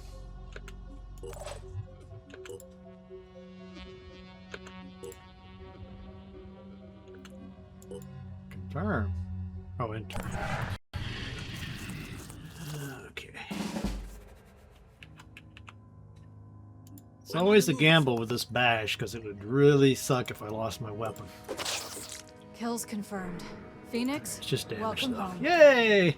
From what I was reading, assault weapons and heavy weapons don't tend to break very easily. But like the sniper rifles, obviously, are a lot more fragile. Which makes The sense. reclamation of Phoenix Point was just the first step on our path ahead. A desperate fight against an overwhelming foe, and only a handful of friends to help. But if this base could withstand the attack, then so could we, and so could Symes. If our leader was somewhere out there, we had to re-establish contact, no matter the cost. It would have been easy enough for him just to put a little indicator there on your weapon, right? It says the weapon is 50% damaged. That way you'd know not to use it to bash again. But alas, there's all these little things like that that are not part of the game, and you just wonder, like, what happened? Did they just run out of time? Did they have not big enough of a team? Or just had to get it out the door? I mean, what's going on? Hopefully the modding community will address a lot of these things. The Phoenix Project was founded on October 24th, 1945. I think that this whole The Second Firebird War thing to started end all off as wars a was over, modding but there were project. those who understood that we could no longer afford to think in terms of nations and empires. For a time, the Phoenix Project successfully navigated the political conflicts of its era. That was our golden age. Phoenix Golden Project age. operatives scoured the world for clues. We had bases in 24 countries. Even the heavens were not off limits. But out there, on the far side of the moon, began our downfall. The failure of the Phoenix 2 mission exposed us to our enemies in the UN. Glad they said stripped far of side of the resources moon. and scattered to the winds. We were reduced to a secret, a memory. When the Pandora virus woke up, we should have been the first line of defense. When huge clouds of mist appeared over the sea, when people started vanishing, we should have figured out what was going on. And when those people started coming back, changed, hostile, alien, we should have been ready to fight, but we failed. The ecosystem started to change, imperceptibly at first, then faster and faster. 3 factions arose. New Jericho, trying to restore order and purity. Sanhedrin, hoping to build a world without hierarchies. And the disciples of Anu, a new syncretic religion dedicated to adaptation and biological change. At war with the world and at odds with each other, these factions cannot find a way forward. Now the mist is returning and armies are rising from the sea. Without the Phoenix Project, humanity will fall. It's time to rise from the ashes. So it's actually a pretty good storyline. I liked it a lot. I don't think it's told as well as it could have been. You know, the problem with an apocalyptic story like that is usually the most interesting part is what happens immediately while the apocalypse is going on. You know, that's usually the more exciting part. If you come back to it 50 to 100 years later, it's like you've already kind of diffused the bomb to a large extent, right? And there's a few, you know, cases where that's not true, but I just kind of feel like that exposition was kind of dumped on you. And the first time I played it, I didn't even really pay much attention to that because it wasn't well established yet. But, you know, as you learn more of what's going on, then you kind of want to go back, and now suddenly you're curious about all that stuff that they kind of exposed, or all this exposition at the beginning. All right, so like that was saying, we're trying to come back. And there's a lot more to this story too. It ties into a lot of I don't want to say conspiracy theories, maybe, but kind of ancient aliens. That's not a conspiracy theory. What are they called? You know, the ancient alien hypothesis. I'm blanking on the term for that, but anyway, that sort of pseudo history or whatever you want to call it. And then we've got these factions here they were talking about, and we'll be meeting them along the way. And you have to be friends with them if you want to get the cool technologies and the cool research opportunities, and you trade with them to get more supplies, ammunition, stuff like that. So that's a big part of the game. You'll also be spending a lot of time protecting them. But they don't get along with each other very well, so you're going to end up having to pick sides, or you help one, but the other one's going to get mad at you. So that's a little sort of political aspects to this game. But now we got our first base. There's many of these Phoenix bases all over the place. You know, one thing I don't think that they implemented in this game was, or did they? Remember the old XCOM, you had like night. Some parts of the map would always be nighttime and other parts were daytime. Is that what's going on here? So is that daytime and the rest? No? It's not quite clear to me what's night and day. Remember the old XCOM, it was really clear, like you could see where the sun was, and that would make a difference. There are night and day aspects to this game. I'm not sure if it's tied into what time it is or where you are on the map versus just random. Okay, let's go into our base and we start playing around with this stuff. Okay, so we need to repair this because this is our ship as well as our... do we have an aircraft? I guess we have an aircraft. Okay, so we can repair this, and that way if our aircraft takes damage, we can come here to repair it. I think it also works for your vehicles. Now it takes 32 materials and 4 tech points. And as I said, you've got to really you got to be very careful with these because you just never have enough. So you don't want to go crazy building stuff because you won't be able to reload your weapons and things of that sort if you run out. Okay, so that's 10 hours under repair. You can see what some of this other stuff does. It's mostly common sense. Your characters will lose their stamina points per hour for each living quarter. What does that mean? Basically, when you do missions, the guys get tired and they need to recuperate. If you don't recuperate them, then they'll have fewer action points, and that can be really harmful. But if you don't have a living quarters on a base, there's no way for them to do that. The medical bay, this will recover their hit points Again, weirdly, if you disable your arm or your arm is shot off, that just instantly appears right away as you go back to your ship. But if you've taken some hit point damage, you got to come to the base to heal that up. It's not automatic. Research lab, we can get into that. Fabrication plant, it's like for making everything from ammo to weapons and stuff. Access lift, this is in case your base gets attacked, which will start to happen. Probably not a big fear right at the beginning of the game. Store, this is how many items we can store. You can see we're almost full already. 161 out of 200, so we might want to build another store eventually. Okay, I don't think there's anything else to do there. We don't even have a research tab yet. Are they really... I wonder why that's not available. We got power. I guess that's just part of the tutorial. They're trying to show me how to advance time. That's just kind of different. Okay, and let's just do what it wants us to do, I guess.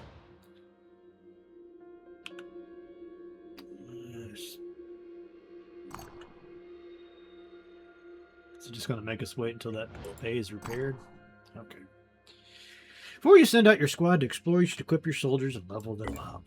Excellent. Okay, we got a lot to unpack here.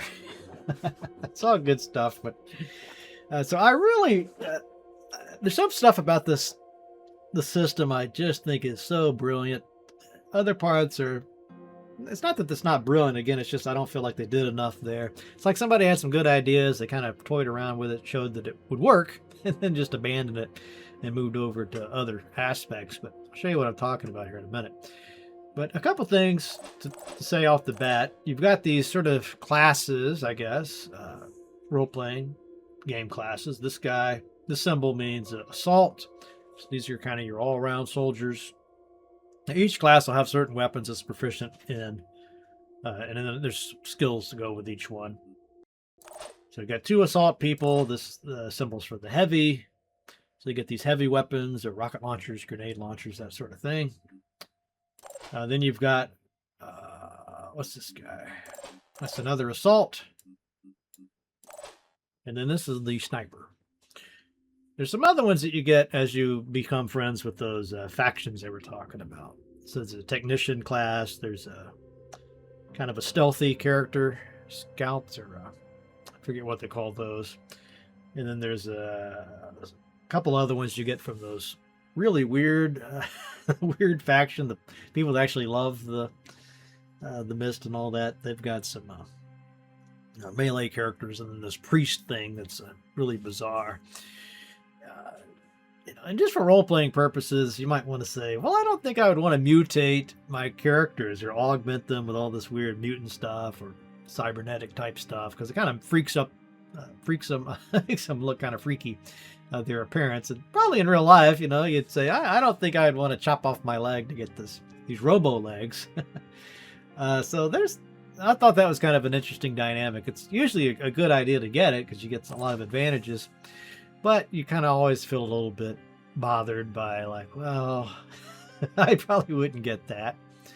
Now let's go ahead and get in here and see what we can edit. Now, one of the other cool things about this is every character can get a subclass. So when you get to level 4, you get this secondary class. And this is actually very powerful because you can get some extra weapons you can use when you do this. And you think about how these skills will blend together, and you could create some really interesting combos like these heavy guys.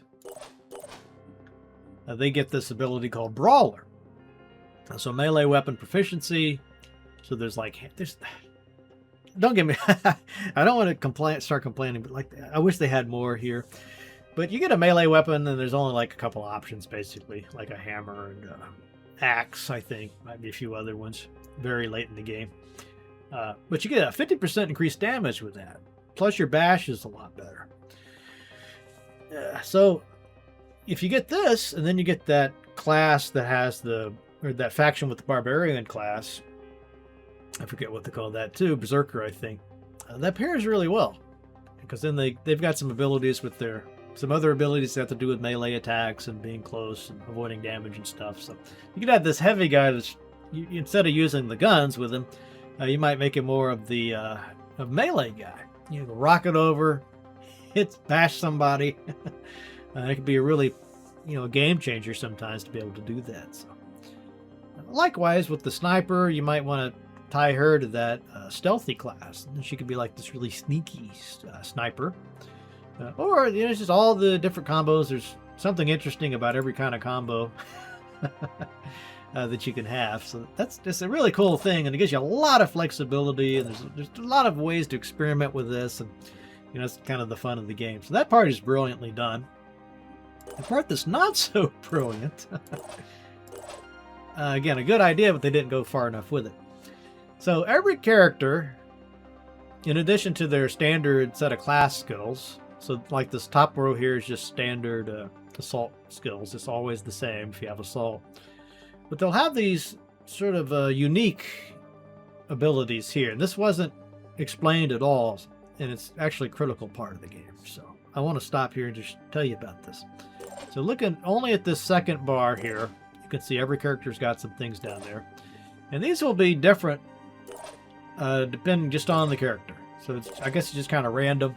Once we start recruiting, you'll be able to see what those are before you set them up with the class, but these are preset, I suppose. But they make a huge difference. So like this one is 25% bonus carry weight and +2 strength. Now if you look at what strength does, if I can get the pop-up to work. So it's maximum hit points. So that's, of course, if it's going to be a frontline fighter, somebody that you expect to take damage, that's a big deal to have a +2 strength. It takes a lot of points to raise it. All right, and then the weight that can be carried and how far items can be thrown. So you think, who's going to be carrying a lot of stuff? This could be one of those missions where you're trying to grab the supplies. It's always nice to have that extra carrying capacity. But there's certain classes that use up a lot of weight, like the technician class. You got these robotic arms, you got turrets you're trying to lug around. So that could be a factor. Or the heavy guy with the heavy armor. That would make a big difference. You don't want him to get her in that case, to get really encumbered. So you might be thinking, well, since she's got this resourceful ability, the subclass for the subclass, I might want to go technician or heavy for that, or maybe even berserker, depending on how you kind of want to play her. But if we look a little further, you see she's got trooper. Gain assault rifle proficiency, which she's already got, but you get 10% damage and 20% accuracy. So you'd just basically be nuts not to be using an assault rifle with her. You don't have this skill yet, but when you get to level 6, that's a huge increase, right? So even if she could use a shotgun or whatever other weapon, she's one of the few that's going to have this trooper skill. So I wouldn't even consider making her something where she wouldn't be getting an advantage of that assault rifle. Then we've got the cautious, which this is kind of a generic one, I guess. So even another 20% accuracy. So we get 20 there, 20 there. So we're talking 40% accuracy with an assault rifle, but unfortunately 10% off the damage, but that's okay. Because you get 10% there, so that basically just cancels out.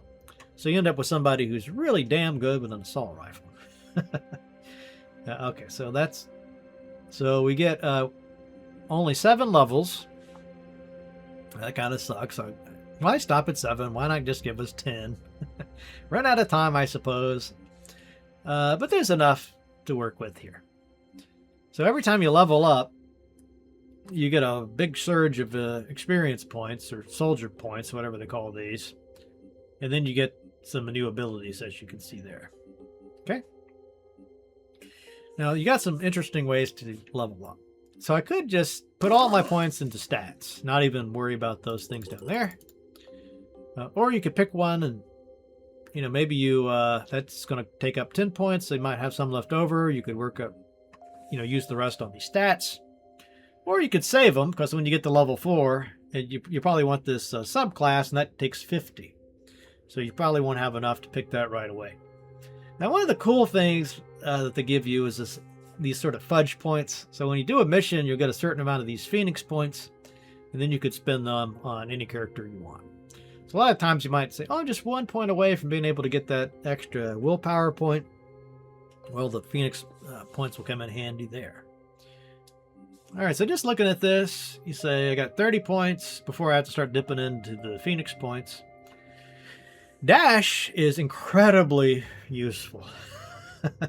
So move up to half your movement range, limited to 2 uses per turn. It only takes 1 action point. It does take 3 will points. We'll talk about that in a minute here. But there's so many missions where you got to get to the evacuation zone, or you got to get to this part of the map quickly. So this is an extremely, way more useful than you might realize at this point, to have dash and be able to use it well. So I think that's kind of a no-brainer.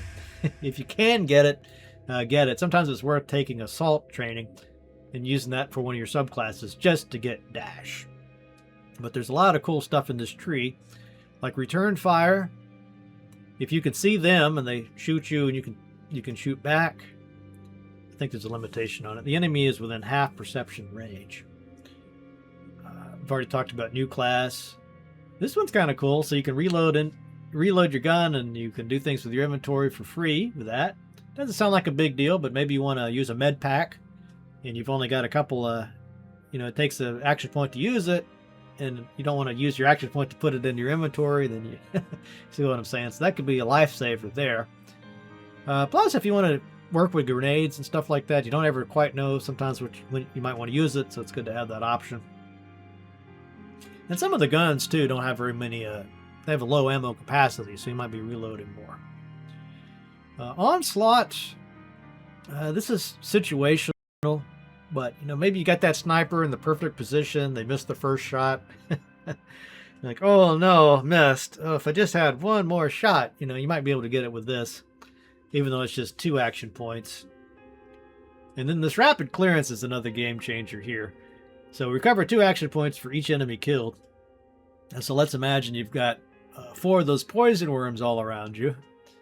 Well, you might be able to take 1, 2 out, but if you have this ability, turn this on, and assuming you can hit them, boom, boom, sometimes you can take out 4 or 5 things all in one turn. So it's a major thing.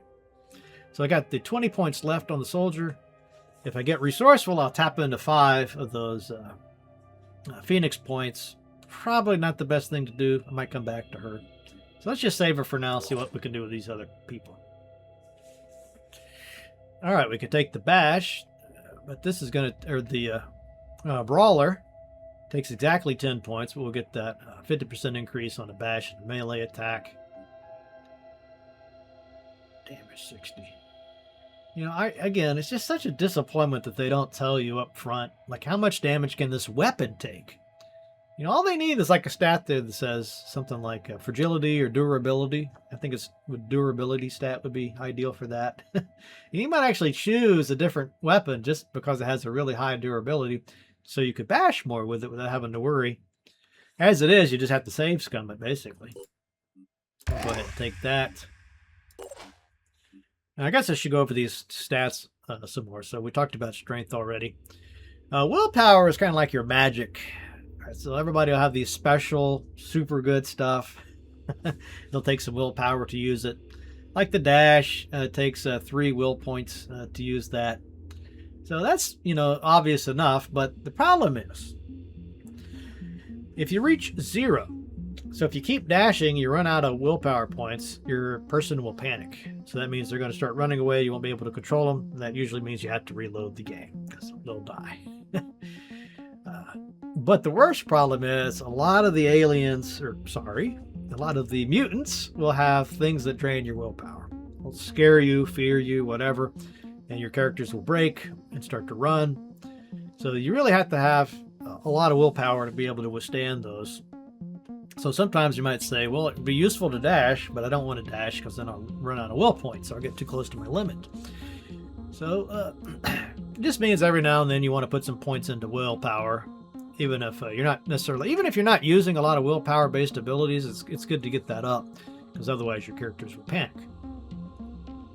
And then finally, speed is one of these things that sounds trivial. So it's just how many tiles you move per character or per turn. But again, this is huge because so many of these missions, you know, it's about positioning, getting into the where you can fire at somebody or get to the evacuation zone or get to the person you need to rescue. So it's actually a huge stat. And sometimes I'll just keep putting points into that till I get it maxed out because it makes life a lot easier if your characters can move. All right, so I don't think he even leveled up, so we don't have to deal with her. So we got Jacob here, another assault person. So you see, this is a different set of skills here. So you might just try to do the same for him that you did for the other characters, but when you scroll out a little bit, you see that he's got some pretty cool things to think about. Okay, the first one is 25% bonus stealth. So he'd be a little sneakier if you could ever figure, you know, I won't say it again, it's poorly implemented, but you could be sneakier. You get a free point of speed for that. So it's like 16 points just to get an extra speed point. We get it for 25, we get the speed point and the extra stealth. But I'm more interested in the stuff a little bit further in the tree. So here we get farsighted, additional +2 to willpower. That's solid. But 10 perception range. So you could see enemies a lot further off, which would be perfect for a sniper. But that's going to clash with this close quarters specialist. So this, you get 20% accuracy in melee web. So 20% accuracy with a shotgun, which is, again, huge. The shotguns aren't very accurate, but this will take a lot of that negative off of a shotgun. So you're probably going to be using a shotgun on this guy. And a melee weapon, because you get melee weapon proficiency with 20% damage. So once I get to here, I'll be able to use melee weapons and shotguns. Well, I can already use the shotgun as part of my assault rifle training. So you probably want to get a shotgun with him early on. Just kind of familiarize yourself with it because it's what you're going to be using. And I think a melee weapon. So you think, what would that pair with? You'd either want to go, I think, Berserker or Heavy. Because they get the melee weapons. Get some things like that Brawler that we were looking at earlier. So you get the 50% increased damage with the melee weapon. And here it is again on this guy. And an extra 20% here. So you're looking at, 70% increased damage with the melee weapon. So that's something to really think about. I don't have a Berserker here to show you, but they have some cool stuff that would pair well with that as well. But you can't do 3 classes. Now, another thing I didn't realize a lot when I was playing this, though, is just, once you get this, you're going to get the melee weapon proficiency and 20% damage.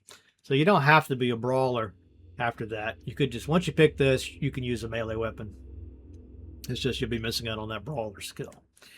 So I do some stuff to think about. When I played the first time, I didn't really pay any attention to this, didn't think about it when I was picking my subclasses and such, but you really have to be thinking long term as we're working here. So I think for now, the dash again is just kind of a no-brainer. We could go for this just to get an extra point of speed and the stealth. I don't know how useful the stealth is going to be with the shotgun and a melee weapon. Because by the time you're close enough to use that melee weapon, they're definitely going to have spotted you. So I might not even pick this thief. I might just save it for something very late game. So that would give us, we got 20 points left, so we might just come up here and think about where to split it up this way. Again, speed is a useful thing. So we could stick it there.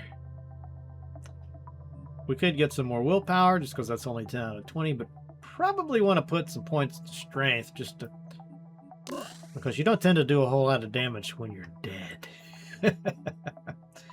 Now we've only got 8 points left, so we'll just leave it there. Alright, I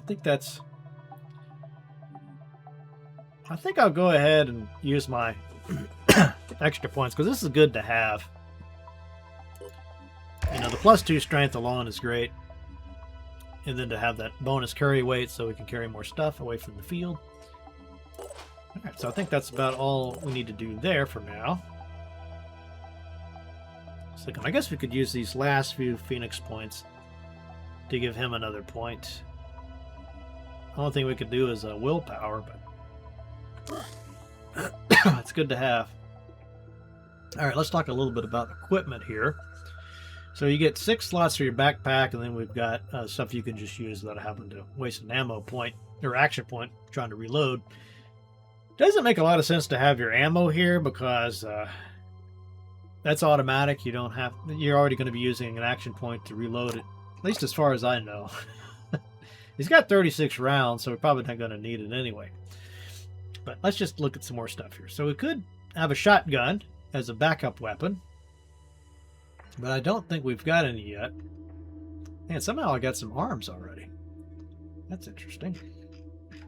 Can't use that. Somehow I got a... Yeah, there we go. So if we click these, there's a bad bug in the game, glitch, where this doesn't work very well.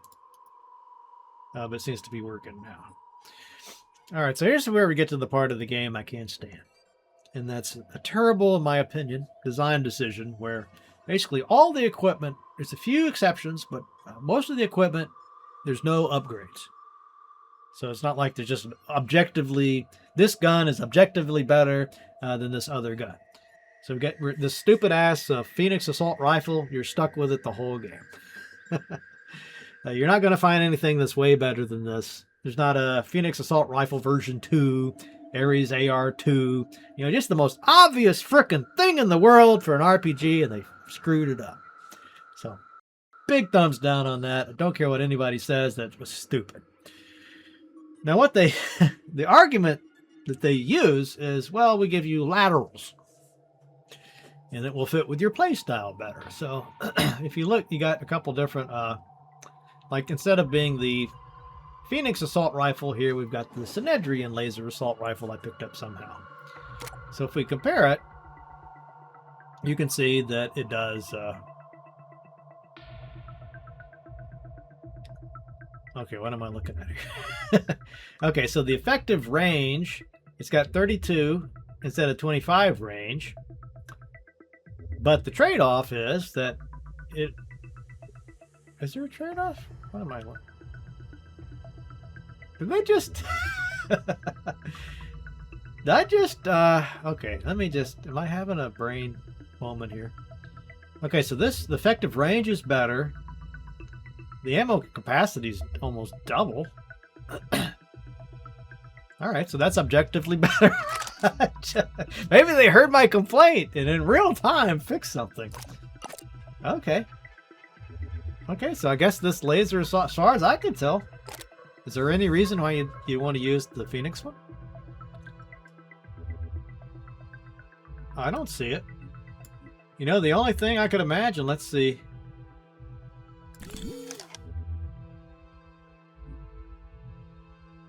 Let's just see how much... it says these are from stores. I hope that's true. Alright, I don't know. I thought everything was a lateral. Maybe maybe this is the one exception. We'll see. Okay, but I don't have a shotgun, correct? So somehow I got 2 of these Synedrian rifles. But anyway, usually what happens is this rifle would have some big limitation compared to the other one. So maybe it has a lot of ammo capacity, but it does a lot less damage. Or maybe it has no shred, but you know, there's always... Checking twice. Okay. Maybe I misspoke. We'll see. Alright, so we got our weapon. We don't have a shotgun yet for a backup weapon. We could give him a grenade just to have a little something there. And then you can bring extra ammo with you, but he's already got 60 shots, and even with a 6-round burst, I guess you get 6 shots. So it might not be a bad idea to bring some ammo with you. Although it's, you know, it's going to limit how much we can carry. Maybe the armor was what I had in mind when I was complaining. So let's just look at the Synedrian helmet versus the Odin helmet, which is the default. Yeah, so here's what I'm talking about. Yeah. So this one, the Phoenix Assault Helmet gives you 20 armor. So you lose 2 points to armor if you go Synedrian, but you get a 6% accuracy bump. So you're trying to figure out, is that is 2 points of armor worth losing that 6% accuracy? You know, I kind of like to hit what I'm aiming at. Let's look at the pants. All right, so we got some, I don't know where the Synedrian stuff came from even. All right, let's look at the pants here. So same deal here, a little bit less armor. Now, one cool thing about this system is you can mix and match, as you can see, and I could even put on heavy and sniper stuff. You know, you're not limited that way. A lot of times, even if it's a heavy assault character, maybe he's just too freaking slow. So you might swap a few items, give him some assault instead of the heavy stuff, just so he can move a little bit better. Go ahead and look at the chest piece here. So it looks like across the board, this even gives you a point of speed. Yeah, I just, looks like the Synedrian stuff to me is just objectively better. I don't have New Jericho stuff here, or the other guy's stuff to compare it to. Man, I'm starting to question my sanity. So I could have sworn it was just, there's just no laterals. Well, I'll say this. My guess is this is the best we're going to find. So you're probably not going to ever get the Synedrian Assault Body Armor version 2, or the version 2 of that. You know, we'll be stuck with this gear. Okay, so I guess we could do the same thing here, right? I don't really see any reason to stick with the Synedrian, the Phoenix stuff. You know, it could be that the maybe this laser rifle might take might be more expensive to make the ammo for it. There's got to be some trade-off. Get rid of that. Let's see, we got one extra slot here. Might as well throw a grenade in there. All right. It's always a good idea, by the way, to have a med kit, because this will save you from having to reload a big map. just trust me. Okay, let's go ahead and give him a grenade. You know, eventually he'll get this quarterback, which gives him a 25% bonus grenade range. So there's some other abilities you can get. Yeah, here's Boom Blast. So you could throw that grenade 50% further, and it costs one less action point. And if you get this, it's another 25%. So you can really lob that thing a long freaking ways. And that's not even, this is before we get the grenade launcher, which then you can start shooting these grenades off all the time. And there's even an ancient weapon you can find that would let you fire those off for free. So you're kind of ahead of ourselves there, but there's a lot to look forward to when you're just starting out a game of this. So here's this heavy cannon I was telling you about. So this, instead of being a machine gun, basically, you just have that one big bullet, but it does 200 points of damage. So usually that'll kill something if you can just freaking hit with it. It's got a little bit less range, fewer shots. You know, that range isn't bad, even though it's a little bit less. The shock damage is less, or is more actually, but it only does 3. It doesn't. It's just a single shot. So with that other weapon, you get 3 times to hit. So maybe you'll do at least a little bit of damage, even if you're off. But I think this Phoenix heavy cannon is usually a better choice. I like it better anyway. Of course, you could try to do both. Now you will have to carry some extra ammo because 6 shots is going to go quick. You know, I could, like I said, I could just try to carry both women that way to have some flexibility, but that's pretty heavy. What else do I have here? Heavy cannon, Phoenix heavy cannon. So I don't have any Synedrian gear in that category. Now for your heavies, though, a couple of them have this jet jump, which to me that's kind of indispensable. I mean, why else have one of these guys? But I could swap it out. I could say, well, I don't care about jet jumping so much. I could just give him some assault armor instead. That would have a lot less armor on it, but you can see I wouldn't take that speed penalty. My stealth would be better. My accuracy would be better. You know, one of the problems with these, like this setup is, you know, this 4%, you know, the accuracy is negative 16%. So good luck hitting anything with this guy. And none of these stats affect perception. You know, that's again a thing that makes no sense to me. Why isn't there like an accuracy or perception, something that would give you a little accuracy bonus? All right. For reasons that are beyond me, we don't have that.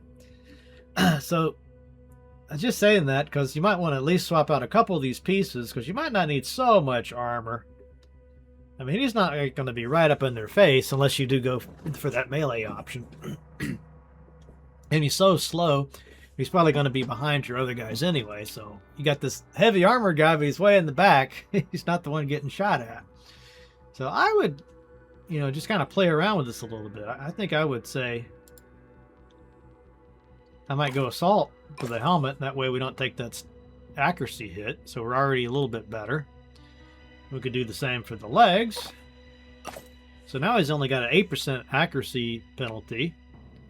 I don't really care about stealth, but he can still jet jump because he's got this piece of gear here. So to me, that's a good compromise. You might play around with that too. You might even want to go like sniper gear. This will give you accuracy bump up, and you don't really lose that much armor. You lose 4 points of armor, but you get the speed bonus, accuracy bonus. But that stealth bonus is going to be kind of useless, because at least the way I'm thinking of that character. Alright, we can do all that for the rest of these characters here. I don't think I've got any really cool gear to put on him, but you know, you could do the you might want this guy to have the rocket jump, right? So you could put the, if you got another man, how did I get this stuff? Judgment Head? Can I put that on this guy? Wow, I don't know if this is weird. Okay, I don't know what's the hell. I might. What's. Okay. So I guess somehow I got a Disciples of Anu Judgment Priestly Head mutation. So I can instill frenzy and friendly characters within 20 tiles for 2 turns, increasing their speed by 50%, making them immune to panic. Why is a mutation there? You know, usually the mutations are something completely different. I don't know, maybe this is... is this a bug that I'm seeing this stuff? I don't know how I got this stuff. Okay. So this might be a kind of a cool option, though, because having that frenzy ability sounds useful. I would lose 10% stealth. Let's compare it to the standard helmet. So I think you had this before, right? How did I get a new chair code? How did I get this stuff? So if I put this on him, let's see. He'll lose 5 points of armor. He'll lose 10% stealth, but he'll get 7% accuracy, and you get this Instill Frenzy option. You know, it might be worth it. Some of these give you a nice little perception bonus. Okay. Yeah, just for fun, let's see what this... Alright, she's the sniper. She's got Phoenix stuff. Do I have the Synedrian sniper gear here? No, just Phoenix stuff. Yeah, Phoenix stuff. Alright. What's this? Okay, that's good. Let's give her a little more rifle ammo, and we'll put the pistol up there. Okay. Let's see, what was this gear again? Oh. Let's look at her heavy for a second. Okay, so I swapped him out with some Phoenix Assault armor. I wonder if I might do better to give him the this Judgment Head. So they got to be within 20 tiles for 2 turns. That's tempting. Let's see what else I can do with him. Somehow I got some Anu Priest body armor. That is the weirdest thing. So like this, the Berserker body armor. You get 2 speeds, so this is good because a lot of times with the melee, the problem is you can't get to the guy. He's way over on the side. He's like way behind the wall, shooting at you. There's no, all you can do is like run right out into his line of fire. You can't reach him, so you need all the speeds you can get on your melee characters. But you would lose that rocket jump. I want to see about this. So we somehow got a melee weapon here. So we could try this out. Alright, so now he's got that melee weapon because of this brawler ability. This one takes 2 action points to use. Remember, his main weapon takes 3. But the problem is, it's got a 50 bleed on it too. There's another melee weapon that's better than this, I think, because it gives you a lot of shock. But the nice thing about this is it doesn't use ammo. But oh, speed is 14. Yeah, it doesn't even tell you like what the speed penalty is here. So this gives me a -1 to my speed. That's not even reflected here. I mean, there's a lot of stuff that's just so lame. So like that says -1 speed, right? I take it off, it stays the same. It should have something here that says you've got a speed penalty. It's just a -1, so I can move 13 tiles. Well, I guess... What did I say? So I guess it is 14 because I put that on. Alright. I don't want to spend forever debating all this, but you see what I'm talking about. There's a lot of interesting stuff you can do. 15. You know, I might give this head to him because I don't think that... I mean, losing 5 armor on your headgear, though, is kind of a big deal. It'd probably make the most sense to give it to Sophia here. Because I'm kind of seeing her as the leader of the group, and she's not going to be stealthing around. Let's do this. Oh, that just looks crappy. Increasing the speed by 50% is huge. Especially if we were in a situation where we're just trying to get off the map, you know? And suddenly I can make them move twice as far and take care of their panic. I think it's worth dealing with the ugly helmet. Okay, enough of that. What are we doing again? Back to the geoscape, the manticore. I guess we can go over that. I can't look at it right now for some reason, but you can do certain things with this aircraft, at least if you have that hat on. Alright, so now we can look at the map. Now, I don't have it right now, but... Well, I guess I do have it right now. So the satellite uplink is a really key thing, because it'll, every turn, or every day, I'm not sure, it will, I don't know if it's maxed out already. Maybe it is for your first one, but usually you start with a small area, then it gets bigger and bigger and bigger. And it will reveal these unexplored sites for you. Now this could be any kind of mission we don't know yet, just have to go here and find out what it is, but you definitely want to check these out because you can get all sorts of bonuses. It's basically the way you play the game.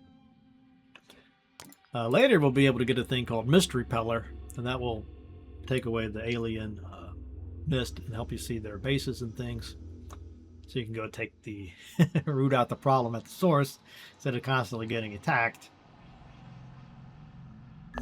So I guess some of this other stuff is locked for the time being. So let's just go ahead.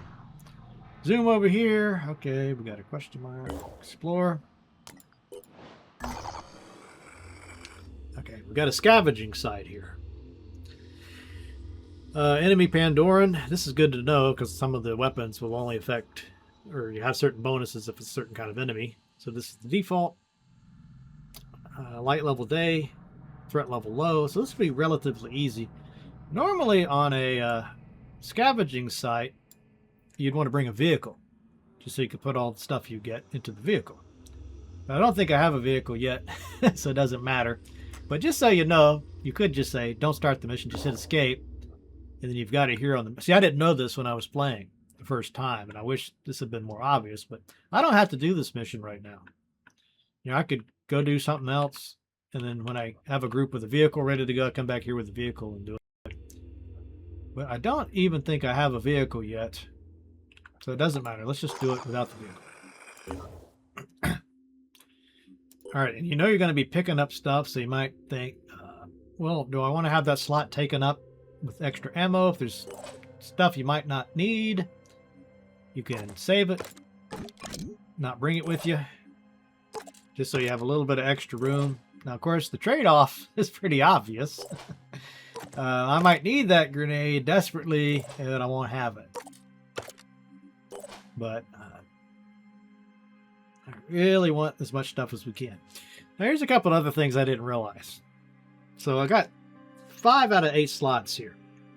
Now, I'm not sure exactly. I think this Manticore, it's not going to let me click on it right now. I don't think, yeah, oh, here it is.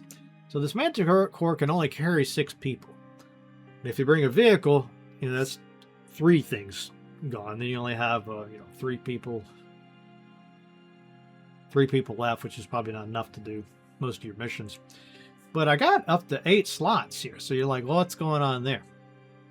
Well, it's, again, something I wish I had known would have made life a lot easier. You can have 2 vehicles or 2 Manticores. Once you get that far along, you can have one with 6 people, the other with 6 people, or maybe 3 in a vehicle. And you bring them both to the site. Again, you hit escape, bring your other craft down. And then you can split it up and you can get a full 8 people. Some missions will let you have even more people. It's usually a good idea to have as many people as possible because everybody will get some points for being part of that. And then it just makes it easier if you have more people, usually. I can't think of too many situations where having fewer people is better. There might be one. But it's not a factor right now because we're a long ways from being able to have a second Manticore. So let's do this mission quick. Let's see, how long have we been going here? 2 hours. We'll do a little bit more, then I think I'll show you some of my save game from later, just so you can see, get a sense of the scale of this. Like, there's different kinds of aircraft you can build. You know, they had so many great ideas. It's just when you get into the actual implementation of it, it's just such a letdown. Like, why didn't, you know, if only there was as much care and attention paid to, like, the aircraft battle, the area battles, Those the crates vehicle contain combat. valuable materials, so grab everything you can. This place will be crawling It with just mutants feels any kind of minute slapped now. on, and the fact that it was a Facebook, since it was a fig stretch goal, that's usually a red flag, right? This is going to be something slapdash, and just they put it in because they said they were going to put it in, so they ticked the box. Yes, it's got vehicle combat. No, it's not any good, but it's in there. All right, let's see what we're dealing with here. So I think all I got to do is with these missions, it says resource pack collected 0 out of 8, but what they don't tell you is I don't have to get all of them. It's good to get all of them, but sometimes it's just impossible. Your guys will die because there'll be so many powerful mutants showing up. So what I like to do is just get a sense of where the crates are. And this glowing white thing here is something else that's not explained. But what this does is it recharges everybody's will points. So that's good on a screen like this because if you're using this rocket jump, for example, that's using 2 will points to use it. And it's, you know, easy to run out of will points and then you panic, remember? So if you're really clever with this, then you're like, I'm going to have a guy, I'll use up some will points and then I'll have a guy over close to this so he can jump up there and get that refresh. And that does the whole group. So you're back to full will points at a good moment. That could be a game changer. I mean, you start to get into like really nitty-gritty stuff. Like my first impulse was just to run over there with him and grab that pack. But he's the only guy with this ability to rocket jump, right? So I might want to, you know, jump him way over here and grab that. All right. And I got to keep in mind that to get off the map, I'm going to have to get my guys into these evacuation points. And there's one real close to them. Usually they're kind of over by the supply crates. So you can't just run in here and start running around shooting stuff. You got to anticipate, think ahead. And I can see where the reinforcements are going to be coming. So every minute you spend planning is probably going to save you a reload. Okay, so that's I'm prepared. This guy... You know, it'd be nice, too, if they would tell you their speed somewhere. So the easy thing to do would be to grab that, and then everybody evacuate. But then I wouldn't be getting my full crates. Alright, so I think... Yeah, there's the evacuation point. So you're going to want probably at least 2 or 3 guys run up there to get those. And I can have my sniper up here.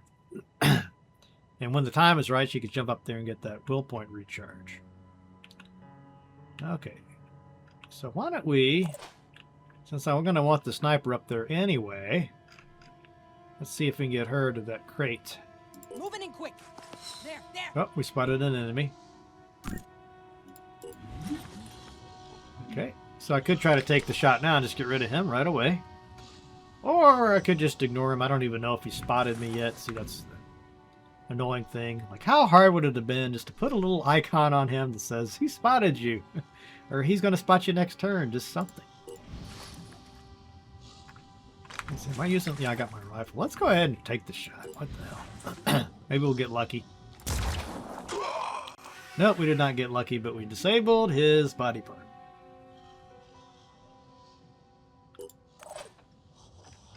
What body part? Is it the one with the gun? It doesn't tell you here. I'm not sure if that's the one with the weapon on it. Oh well. Moving on. She won't be able to move because we did that. Let's see if we can get to that crate. That's probably going to be the hardest one to get, right? We'll try it. Oh, spotted another enemy. Tritons. Oh, these guys are bastards.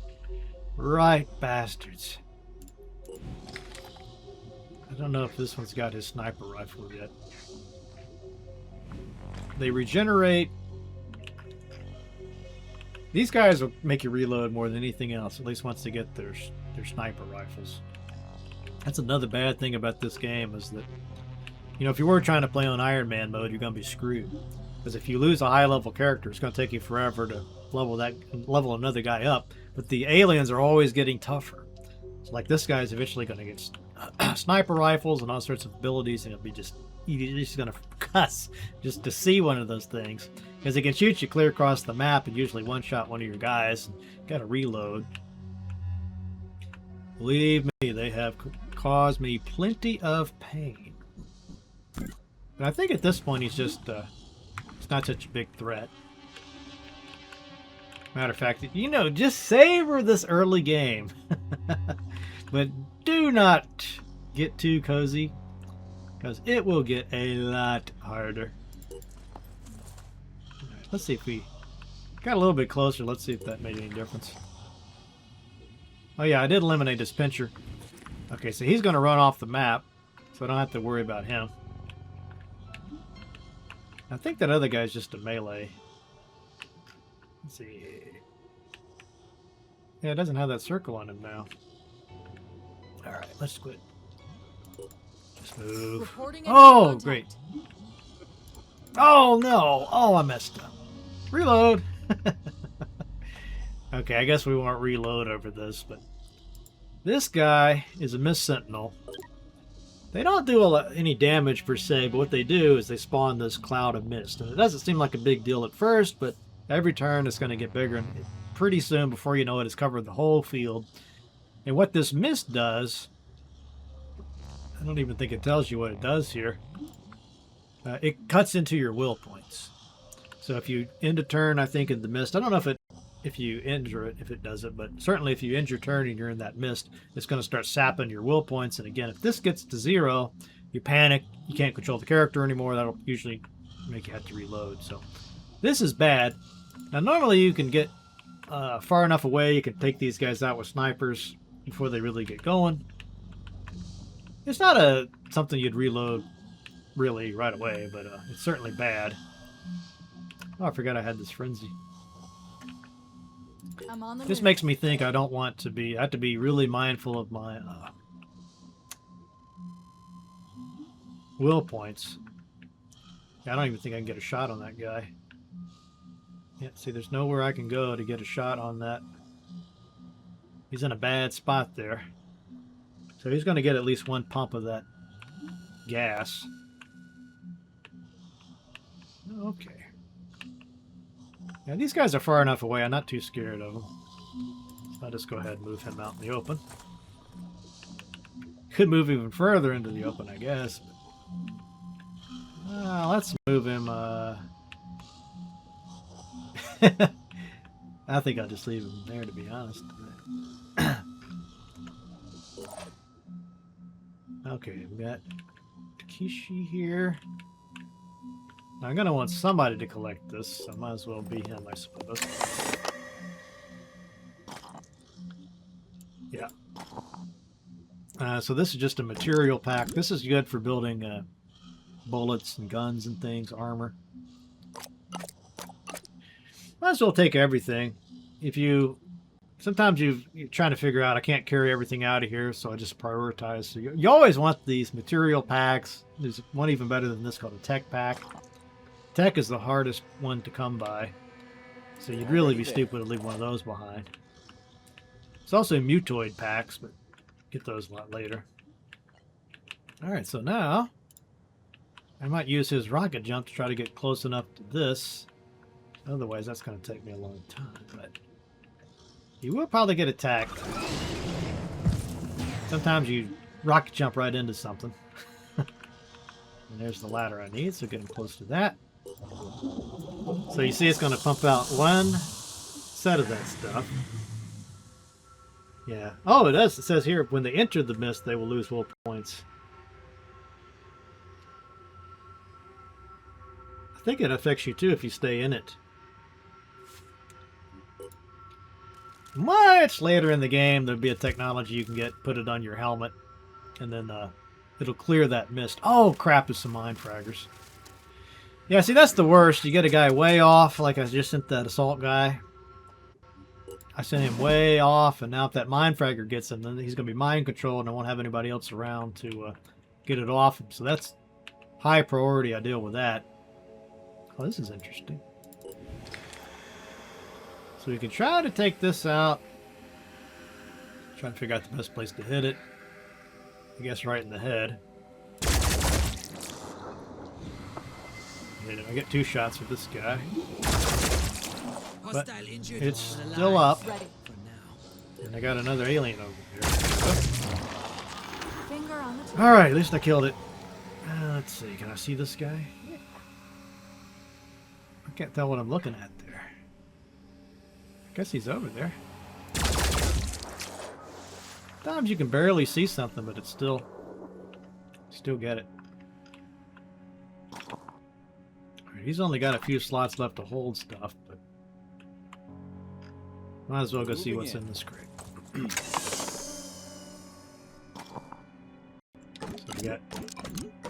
So here's what I was telling you about. So he's encumbered now. That's not good.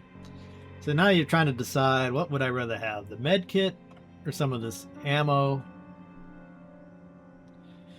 The ammo, even if you don't use it, you can always scrap it and get some more materials. So it's not like anything's really just garbage. But the med pack's probably going to be more useful to me than one of these crappy assault rifle bullets. So, you know, you make some choices. I can go back for it if I really want it that bad. Okay, let's see. So I'm getting... Yeah, I gotta watch out for that mine fragger. So actually what I think I'm gonna do here... Here I am, let's do this. Let's get her to overwatch that. Maybe she'll get lucky and hit that mine fragger. Now you see what I was telling you about with the melee weapon? So he can't get close enough to use it. Now he could try to get in there and hit it with his big gun, but that's could almost guarantee he's going to miss. Then he'll get fragged. So what I might do is just get a little closer to that crate. Be right there. Not sure how smart this is. We do have that guy over there. Let's see. Choices.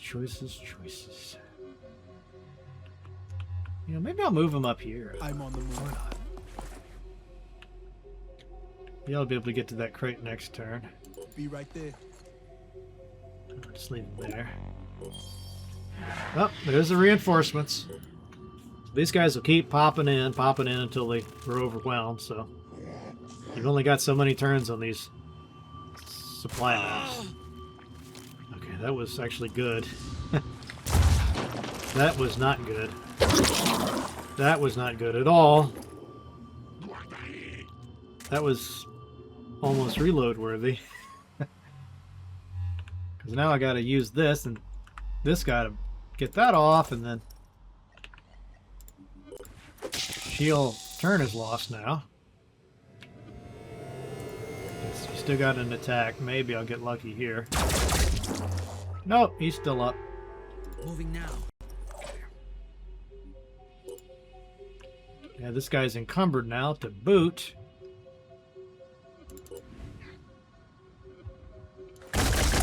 I've got no mercy. See if I can just kill this guy, that would help.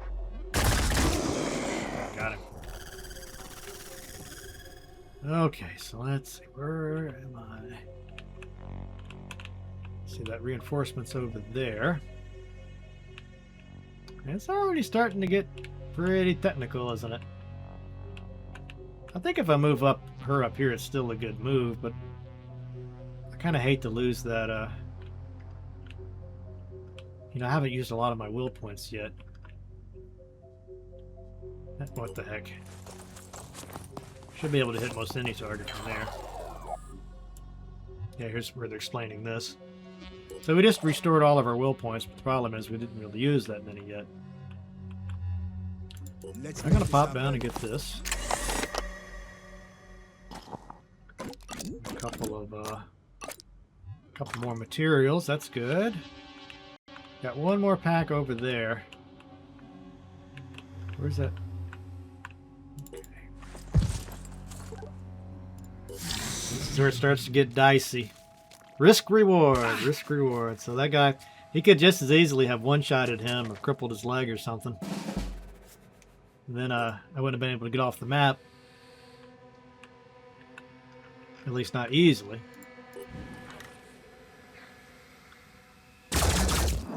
Sometimes you get lucky, and sometimes you don't. Okay.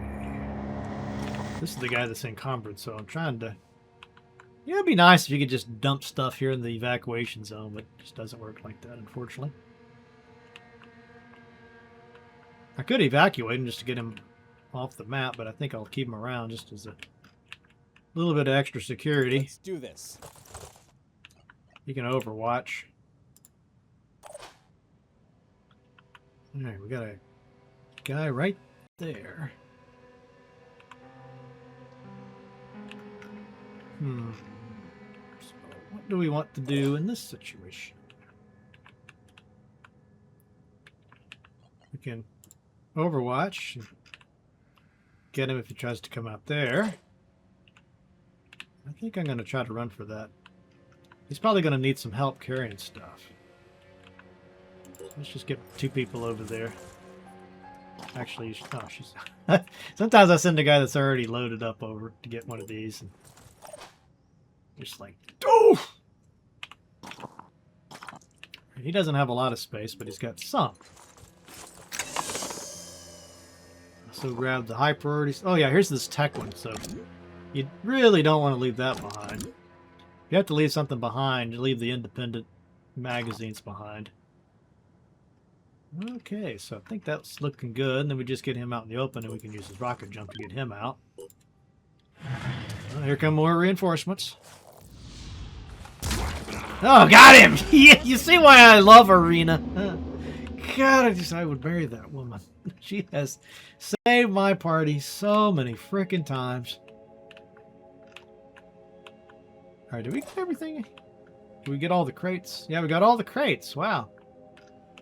So, she got any... Might as well grab this extra ammo. Again, you can always melt it down.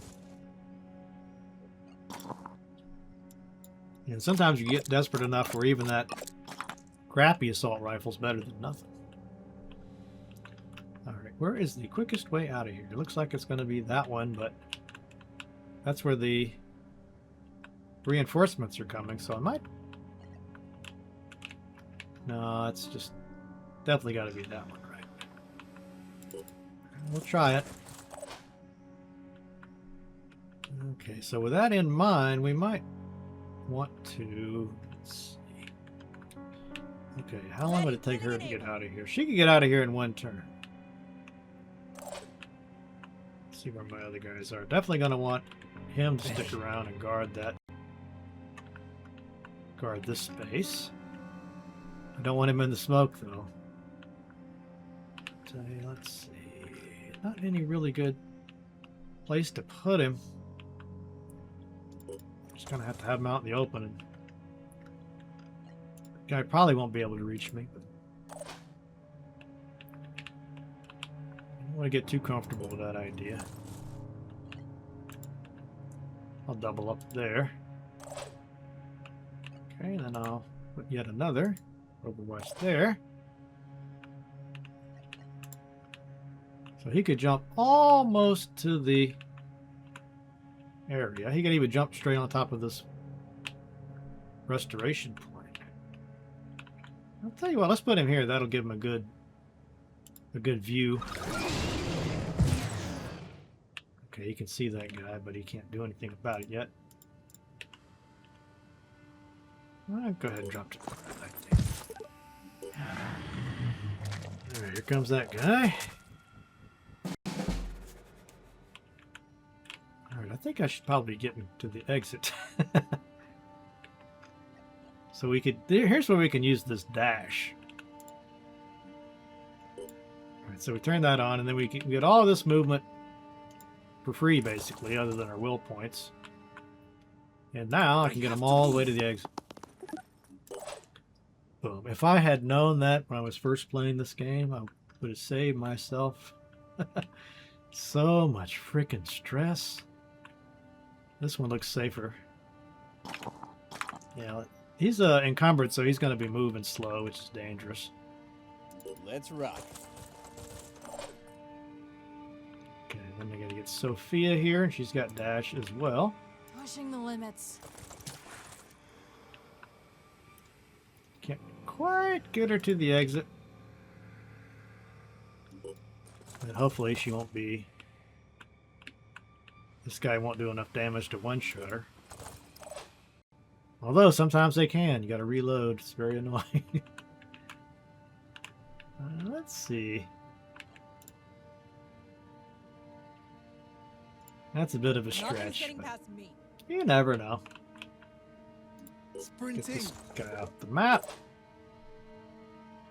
Okay, end of the turn. There comes some more reinforcements. Oh, our Overwatch didn't go off. Okay, it doesn't matter though. Well, I always like to deal with the one in danger first. So she can just jump right out of there, boom. Doesn't matter if the enemy is there in the evacuation zone. Moving in. Him out, and then she can move out. Let's go. This is why you want speed. Everything is easier when you got speed. Scavenging site. You know, you don't usually get all of them, so that's cool. So you notice everybody gets these 10 skill points. So this is why it's always a shame to bring fewer people than you need. Because this, you know, it's great to have as many skill points as possible. Might as well get them on everybody. Now, I'm not quite sure how this experience points lines up. I think that it gives you more points. I don't know if it's the amount of damage that you do, or is it if you get a resource crate, does that give you more? I don't know how fine this is. It might just be if you kill somebody, you get more points. But I never quite figured this out. And I don't know if this is, if it goes down, if you bring more people with you. You know, a lot of games will kind of punish you if you bring a full group. They'll just give you, well, I guess the way to think about it is they reward you more if you have fewer people in your party. But I think missing out on the 10 skill points would kind of balance that out. So even if you get fewer XP, it's not that big of a deal. You're eventually you're gonna hit max level pretty soon anyway, and it'd be great to have a lot of these skill points. Okay, and then it's going to give us 4 skill points. I think this pool is based on the difficulty of the mission, but 4 is a lot better than nothing, you know, and it can make a difference between getting a stat upgrade or not. All right, I think that's about enough for now. I'll show you my other games so we can get a feel for some of the other stuff that you get into later, especially with the DLCs. Scavenging site. Okay. Yeah, so this was showing me I got some ammo, I got another med kit, I got 700 materials, that's great. 100 tech ones, that's even better. Yeah, so it's telling me about the fatigue here. So this is another glitch here. There's so many glitches. This is like such a basic bug. But you see how I can click on this guy? I can click on this guy, but it's glitched here. It's probably just some simple little Unity UI thing. I could probably fix it myself in 5 minutes, and yet it's been here all these patches and it's still broken. It's not a good look. But we can get to it in other ways. I think we click on personnel to see these characters. All right, so I'm not going to go through the leveling up again. You've already seen that. But we can look at this, the blue bar and the white bar. The white bar is the stamina. Let's see if it'll give us a pop-up here to explain this concept. Nope. Doesn't look like it's going to give us any help. But if you run out of stamina, you have fewer action points, and that's not good.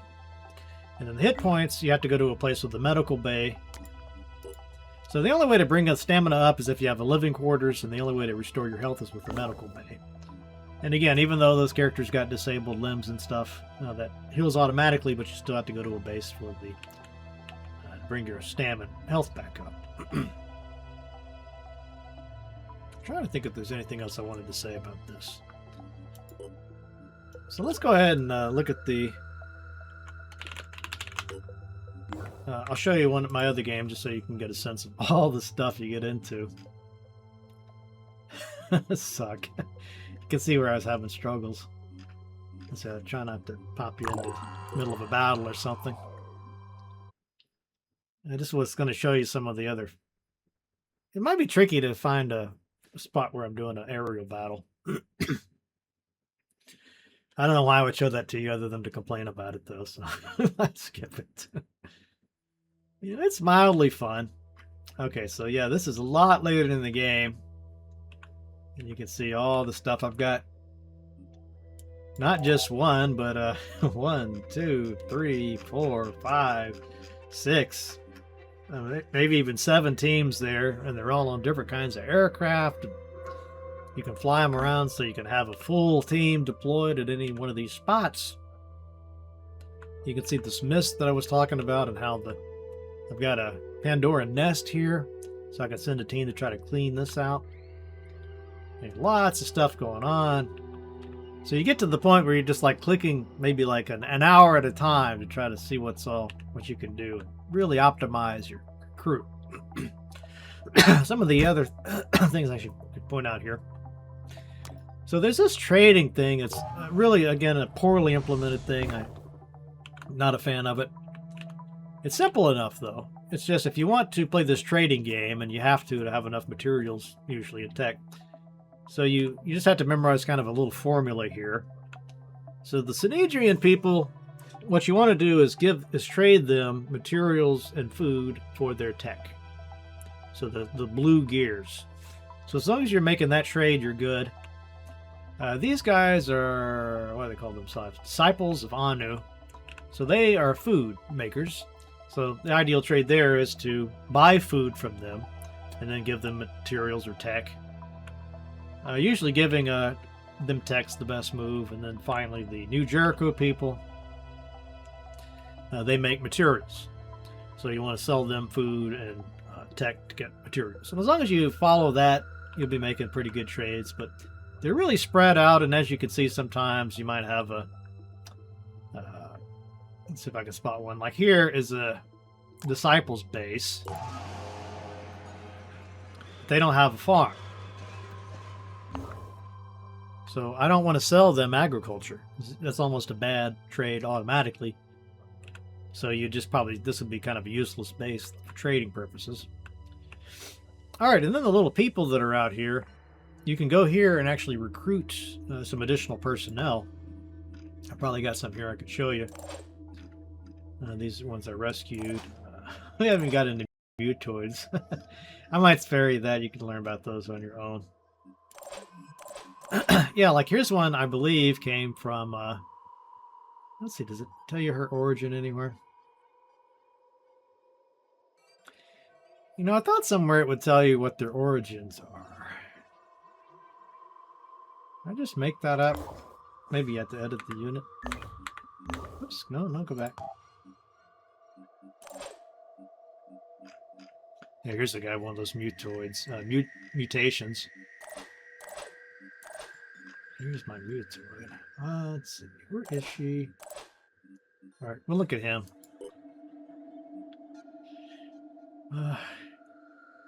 Yeah, I thought somewhere it would tell you where they came from. Maybe I just made that up. But I'm pretty sure I got this guy from the Disciples of Anu. We just about have to because he's got this Berserker training. And you can see some of his abilities, like he could shred armor. If he's in a melee battle real close, he takes 25% less damage. Actually, it's from within 10 tiles. That's pretty generous. So you definitely want that. It's okay if he takes damage because you can. It does more damage if he's damaged. His disabled body parts remain functional, and he's got this adrenaline rush super ability. So you can see how that would pair well with that assault or the heavy weapon training. But I gave him infiltrator instead, which that's another topic I want to get into. And you can see this is I don't have all the stuff unlocked at this particular save, but if you get in good with the Disciples of Anu, New Jericho, Sanhedrin, and all these other colonies, you can learn all sorts of things. You can chop off your legs, and you can jump around with propeller legs, and armadillo legs. So lots of cool stuff. This is really expensive in terms of materials, though, so you kind of have to be selective about who you want to augment, who you want to mutate, or maybe you want to roleplay, just say, I don't want to do that at all, because it's kind of icky. Here's some of the different kinds of planes. So this is what people complain about, is it looks, at first glance, you're like, okay, cool, I get these different kinds of weapons, I got a module, I can do cool stuff with my airplane. But it's just basically this crude rock, paper, scissors game at best. A lot of times it's just luck. You're just reloading until you get some good rolls and defeat the enemy aircraft. It's just not as fun as it could be. About the only big reason to get this is you get some nice rewards for doing it. So you can see there are some cool stuff you can build for your vehicle, but it's just not cool enough. You know, even though they look neat, it's just not that great. And sometimes the trade-offs are just so horrendous. Like the cool thing about this blimp or Zeppelin is you could put, I think, a full 8 people on it, which is usually your max for a mission. So that sounds cool, but it's so freaking slow. It's just almost, you know, you're better off with 2 small ships than this one big one, even if you get a module that speeds you up. So some of this stuff, I guess they wanted to make a point. Had to trade the convenience.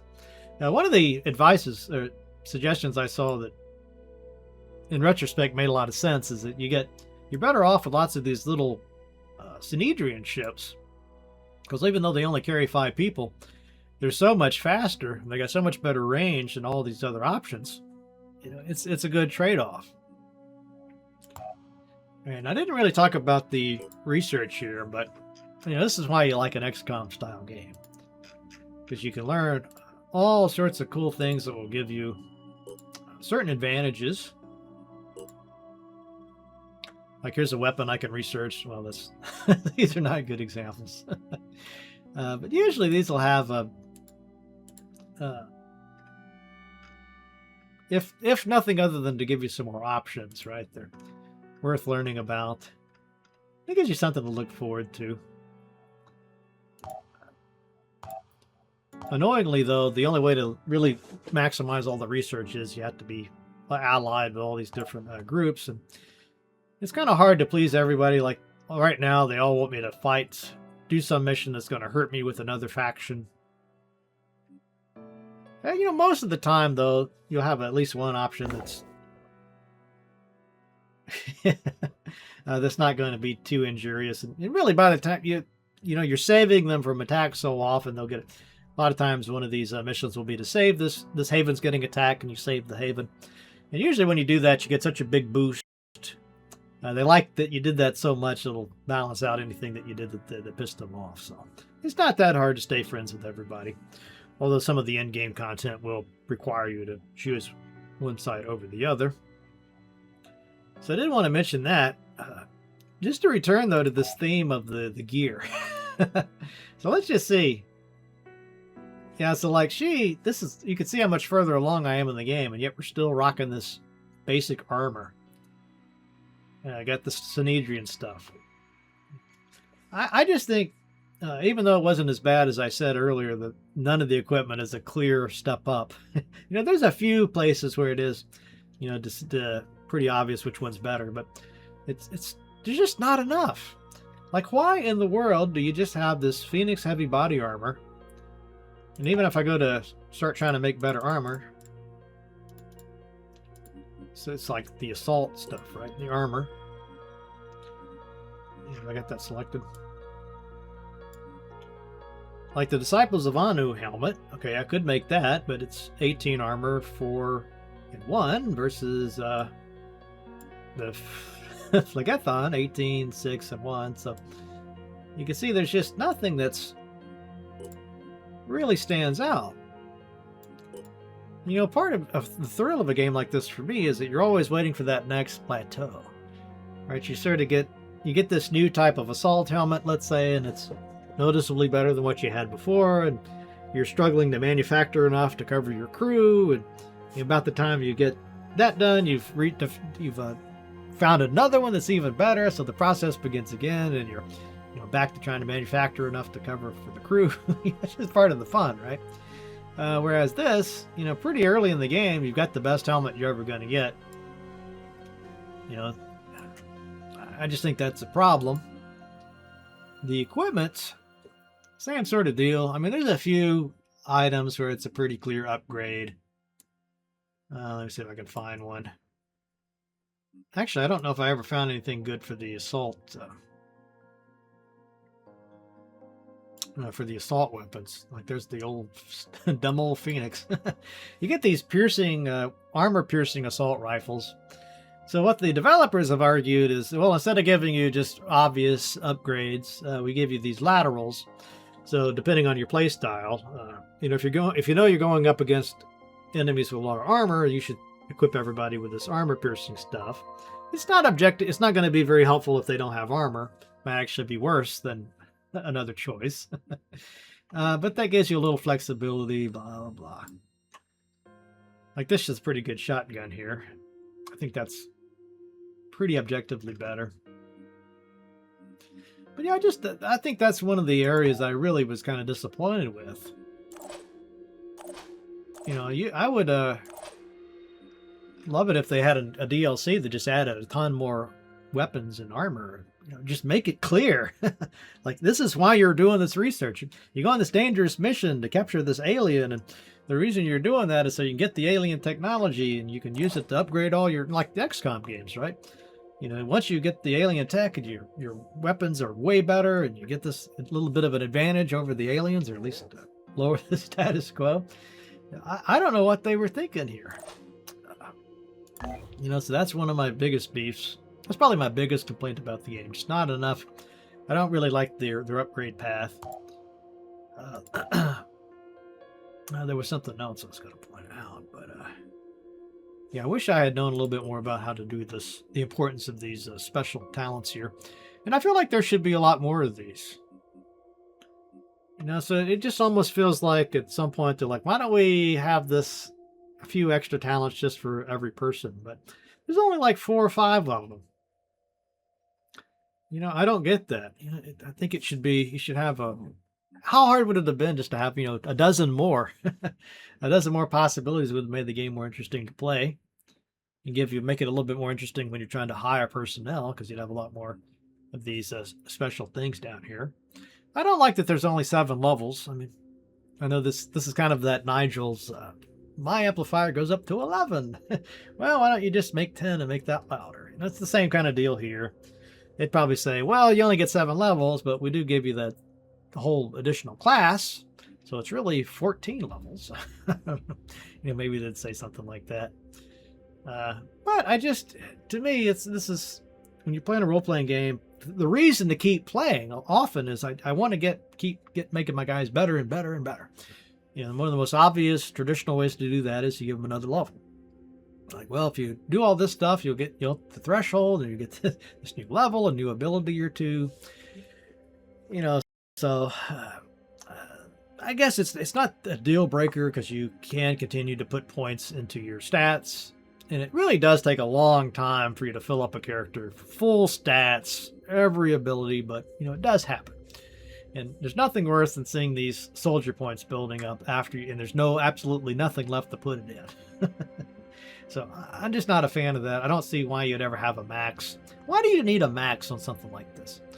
Just make it so that, if you wanted to add a speed of 21, just make it really expensive to do that, so players can't abuse it. But don't just cut them off entirely. I've never understood that. But those are just some nitpicky things. Let's see if there's any way I could show you the aerial combat. That would be a hoot. I don't think... Well, I think these guys are just too far away for me to be able to show you that aerial combat. So you just have to trust me on that. Let's see, can I reach him? No, I think he's too far away. No, I can't get to him. You just have to trust me. It's not as impressive as it could have been. So, okay, if we want to summarize all what I'm saying here. So there's a lot to love about it. It's a good mix of classes. I like the subclassic routine. I like the fact that you can hit individual body parts is really nice. The tactics are wonderful. It's great to land on a place and you got 9 or 10 people there to work with. That's all positive. The biggest negatives are the limitations with the equipment, the armor and weapons and all that. They should have a lot more, especially in terms of better stuff that you get through your research. I mean, what the hell were they thinking there? The vehicles and the aircraft sections are kind of I mean, they're not awful. It just feels underdeveloped. There's just not enough there. And I haven't even talked about my biggest complaint. Oh boy.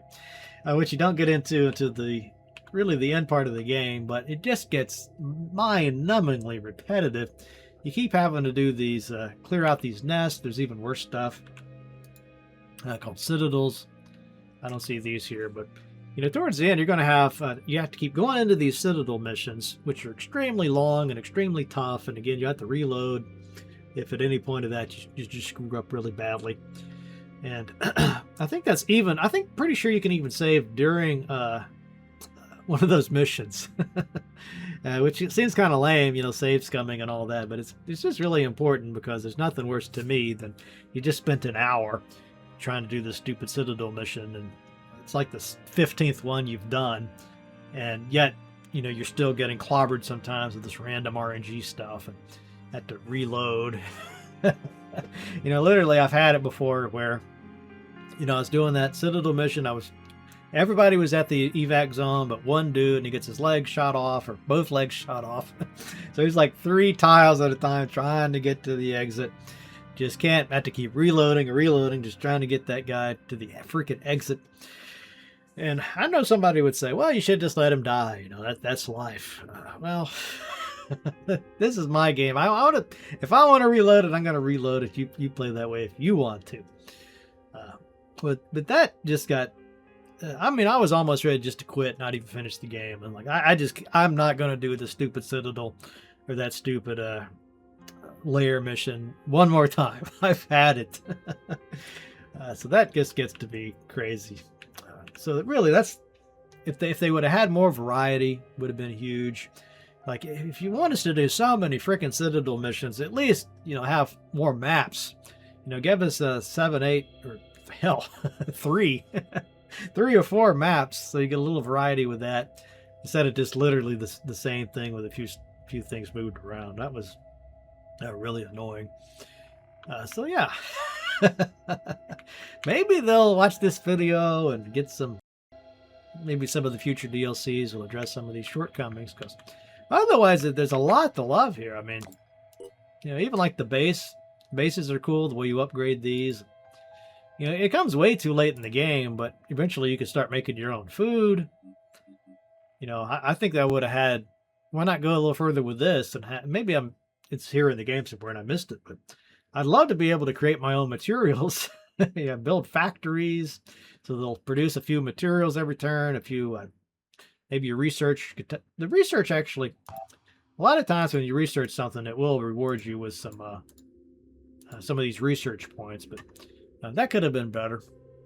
It'd be nice to have some kind of reliable way just to manufacture your own tech points and stuff. And you already got the base interface set up. I mean, why not?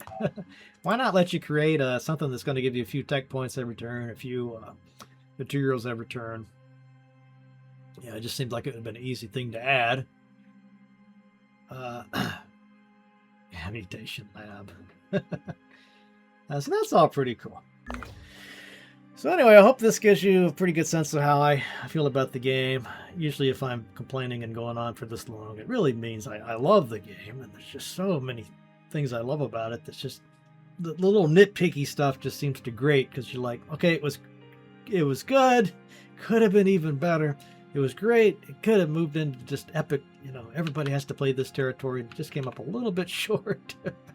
Just a few little things, it always feels that way. But I would go so far to say, if you did like XCOM, that series, XCOM 1 and 2, and you're really looking for more of that kind of game, this will do the trick. So even though it's got some limitations, even though it's not as polished in some ways as those other games, and it can get repetitive towards the end, man, you're gonna have more fun with this than frustration. So I definitely check this out. Love it. Phoenix Point. If you played it, maybe played it earlier before they did the update, love to hear what you think about the update that fixed all your problems. But I'm going to stop it here because I've gone on for almost 3 hours. So I hope you enjoyed this, and I'll be back soon with my outro.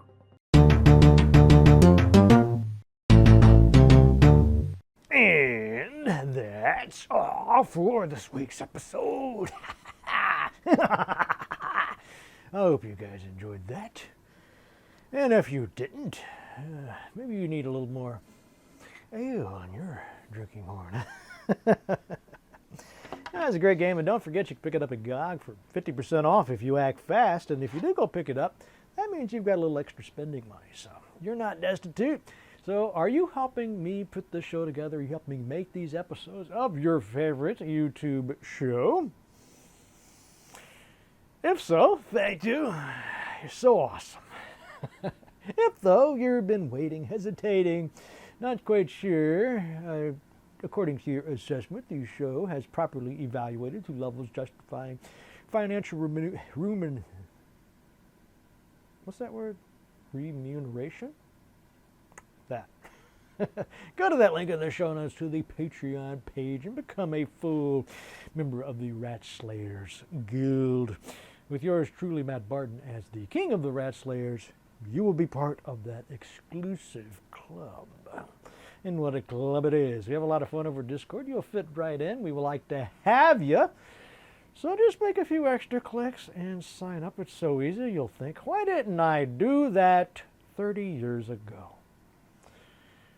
Well, Matt Chat didn't exist 30 years ago. 20 years ago, though, I think, how old is Matt Chat? Anyway, please take a minute, guys. We really, really appreciate it. We had a kind of an emergency situation at the start of the year. Had some big, high-profile supporters. Unfortunately, couldn't support the show anymore.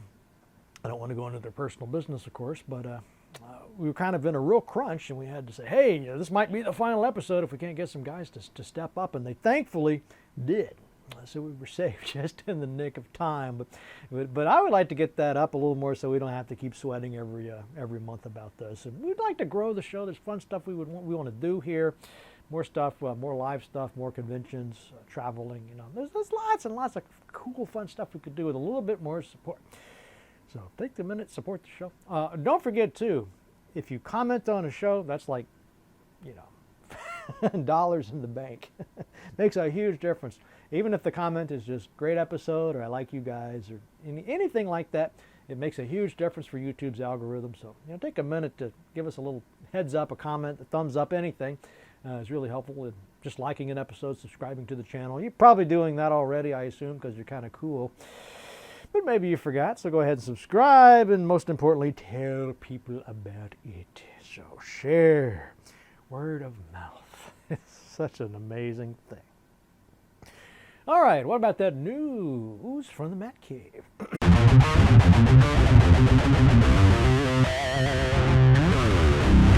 Sobchak writes in about a game called Shards of the Realm. I just have to do that with shards.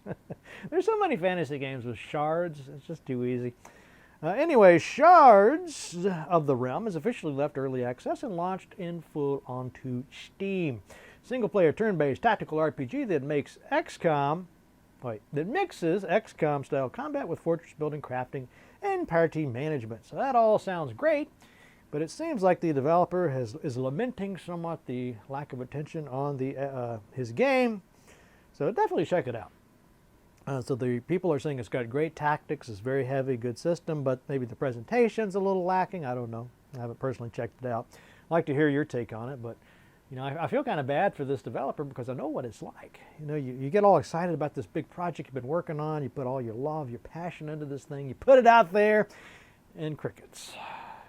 That is soul-crushing when that happens. I'm not even joking with this. That is soul-crushing. Nobody should have to endure that. So just take a minute. You know, even if you don't like the game, that's better to hear that than nothing. I mean, trust me, the worst thing is just nobody cares enough even to give you a thumbs down.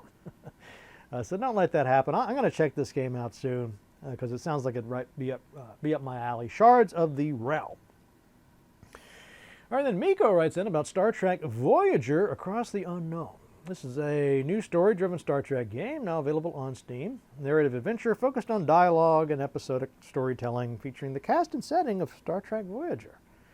Oh yeah, I guess they're all still alive, amazingly. I wonder if Worf is on there. No, wait, Worf wasn't on Voyager. He was on DS9. So who was on Janeway? It's been a long time since I watched Star Trek Voyager. I might have to rectify that. Pretty good show, as I recall.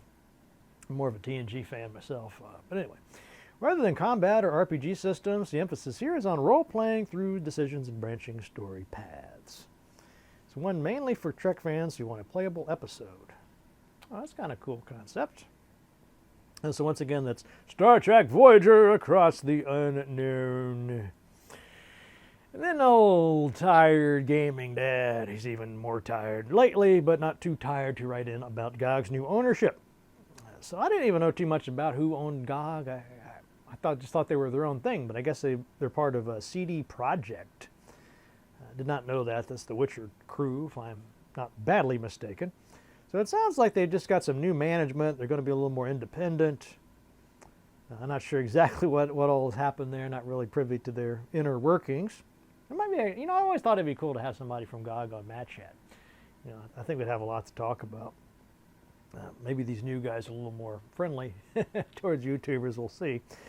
Let's see. This new team has said they want to out-Steam Steam. Oh, they don't want to out-Steam Steam. They want to stay focused and curated.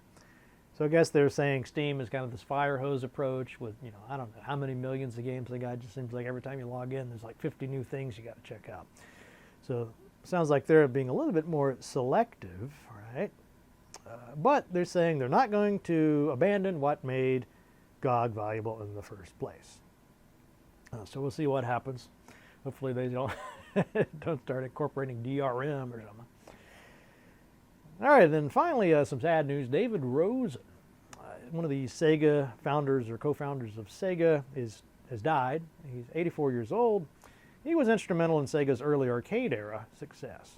Helped shape the company that later defined home consoles. So yeah, just a small reminder of how much of the industry was built by a small number of early pioneers.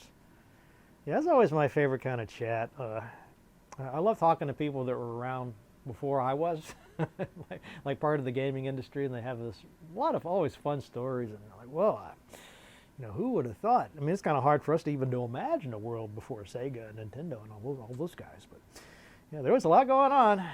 So anyway, best wishes to Mr. Rosen's family, and thank you. All right, let's wrap it up with a quote.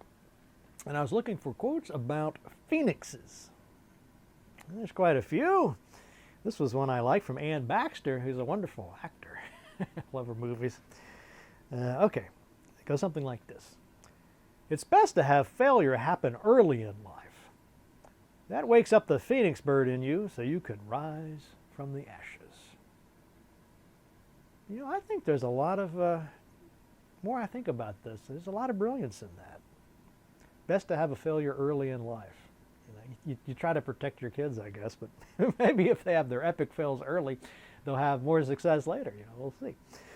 Anyway, I hope you guys enjoyed that, and I'll see you guys next time.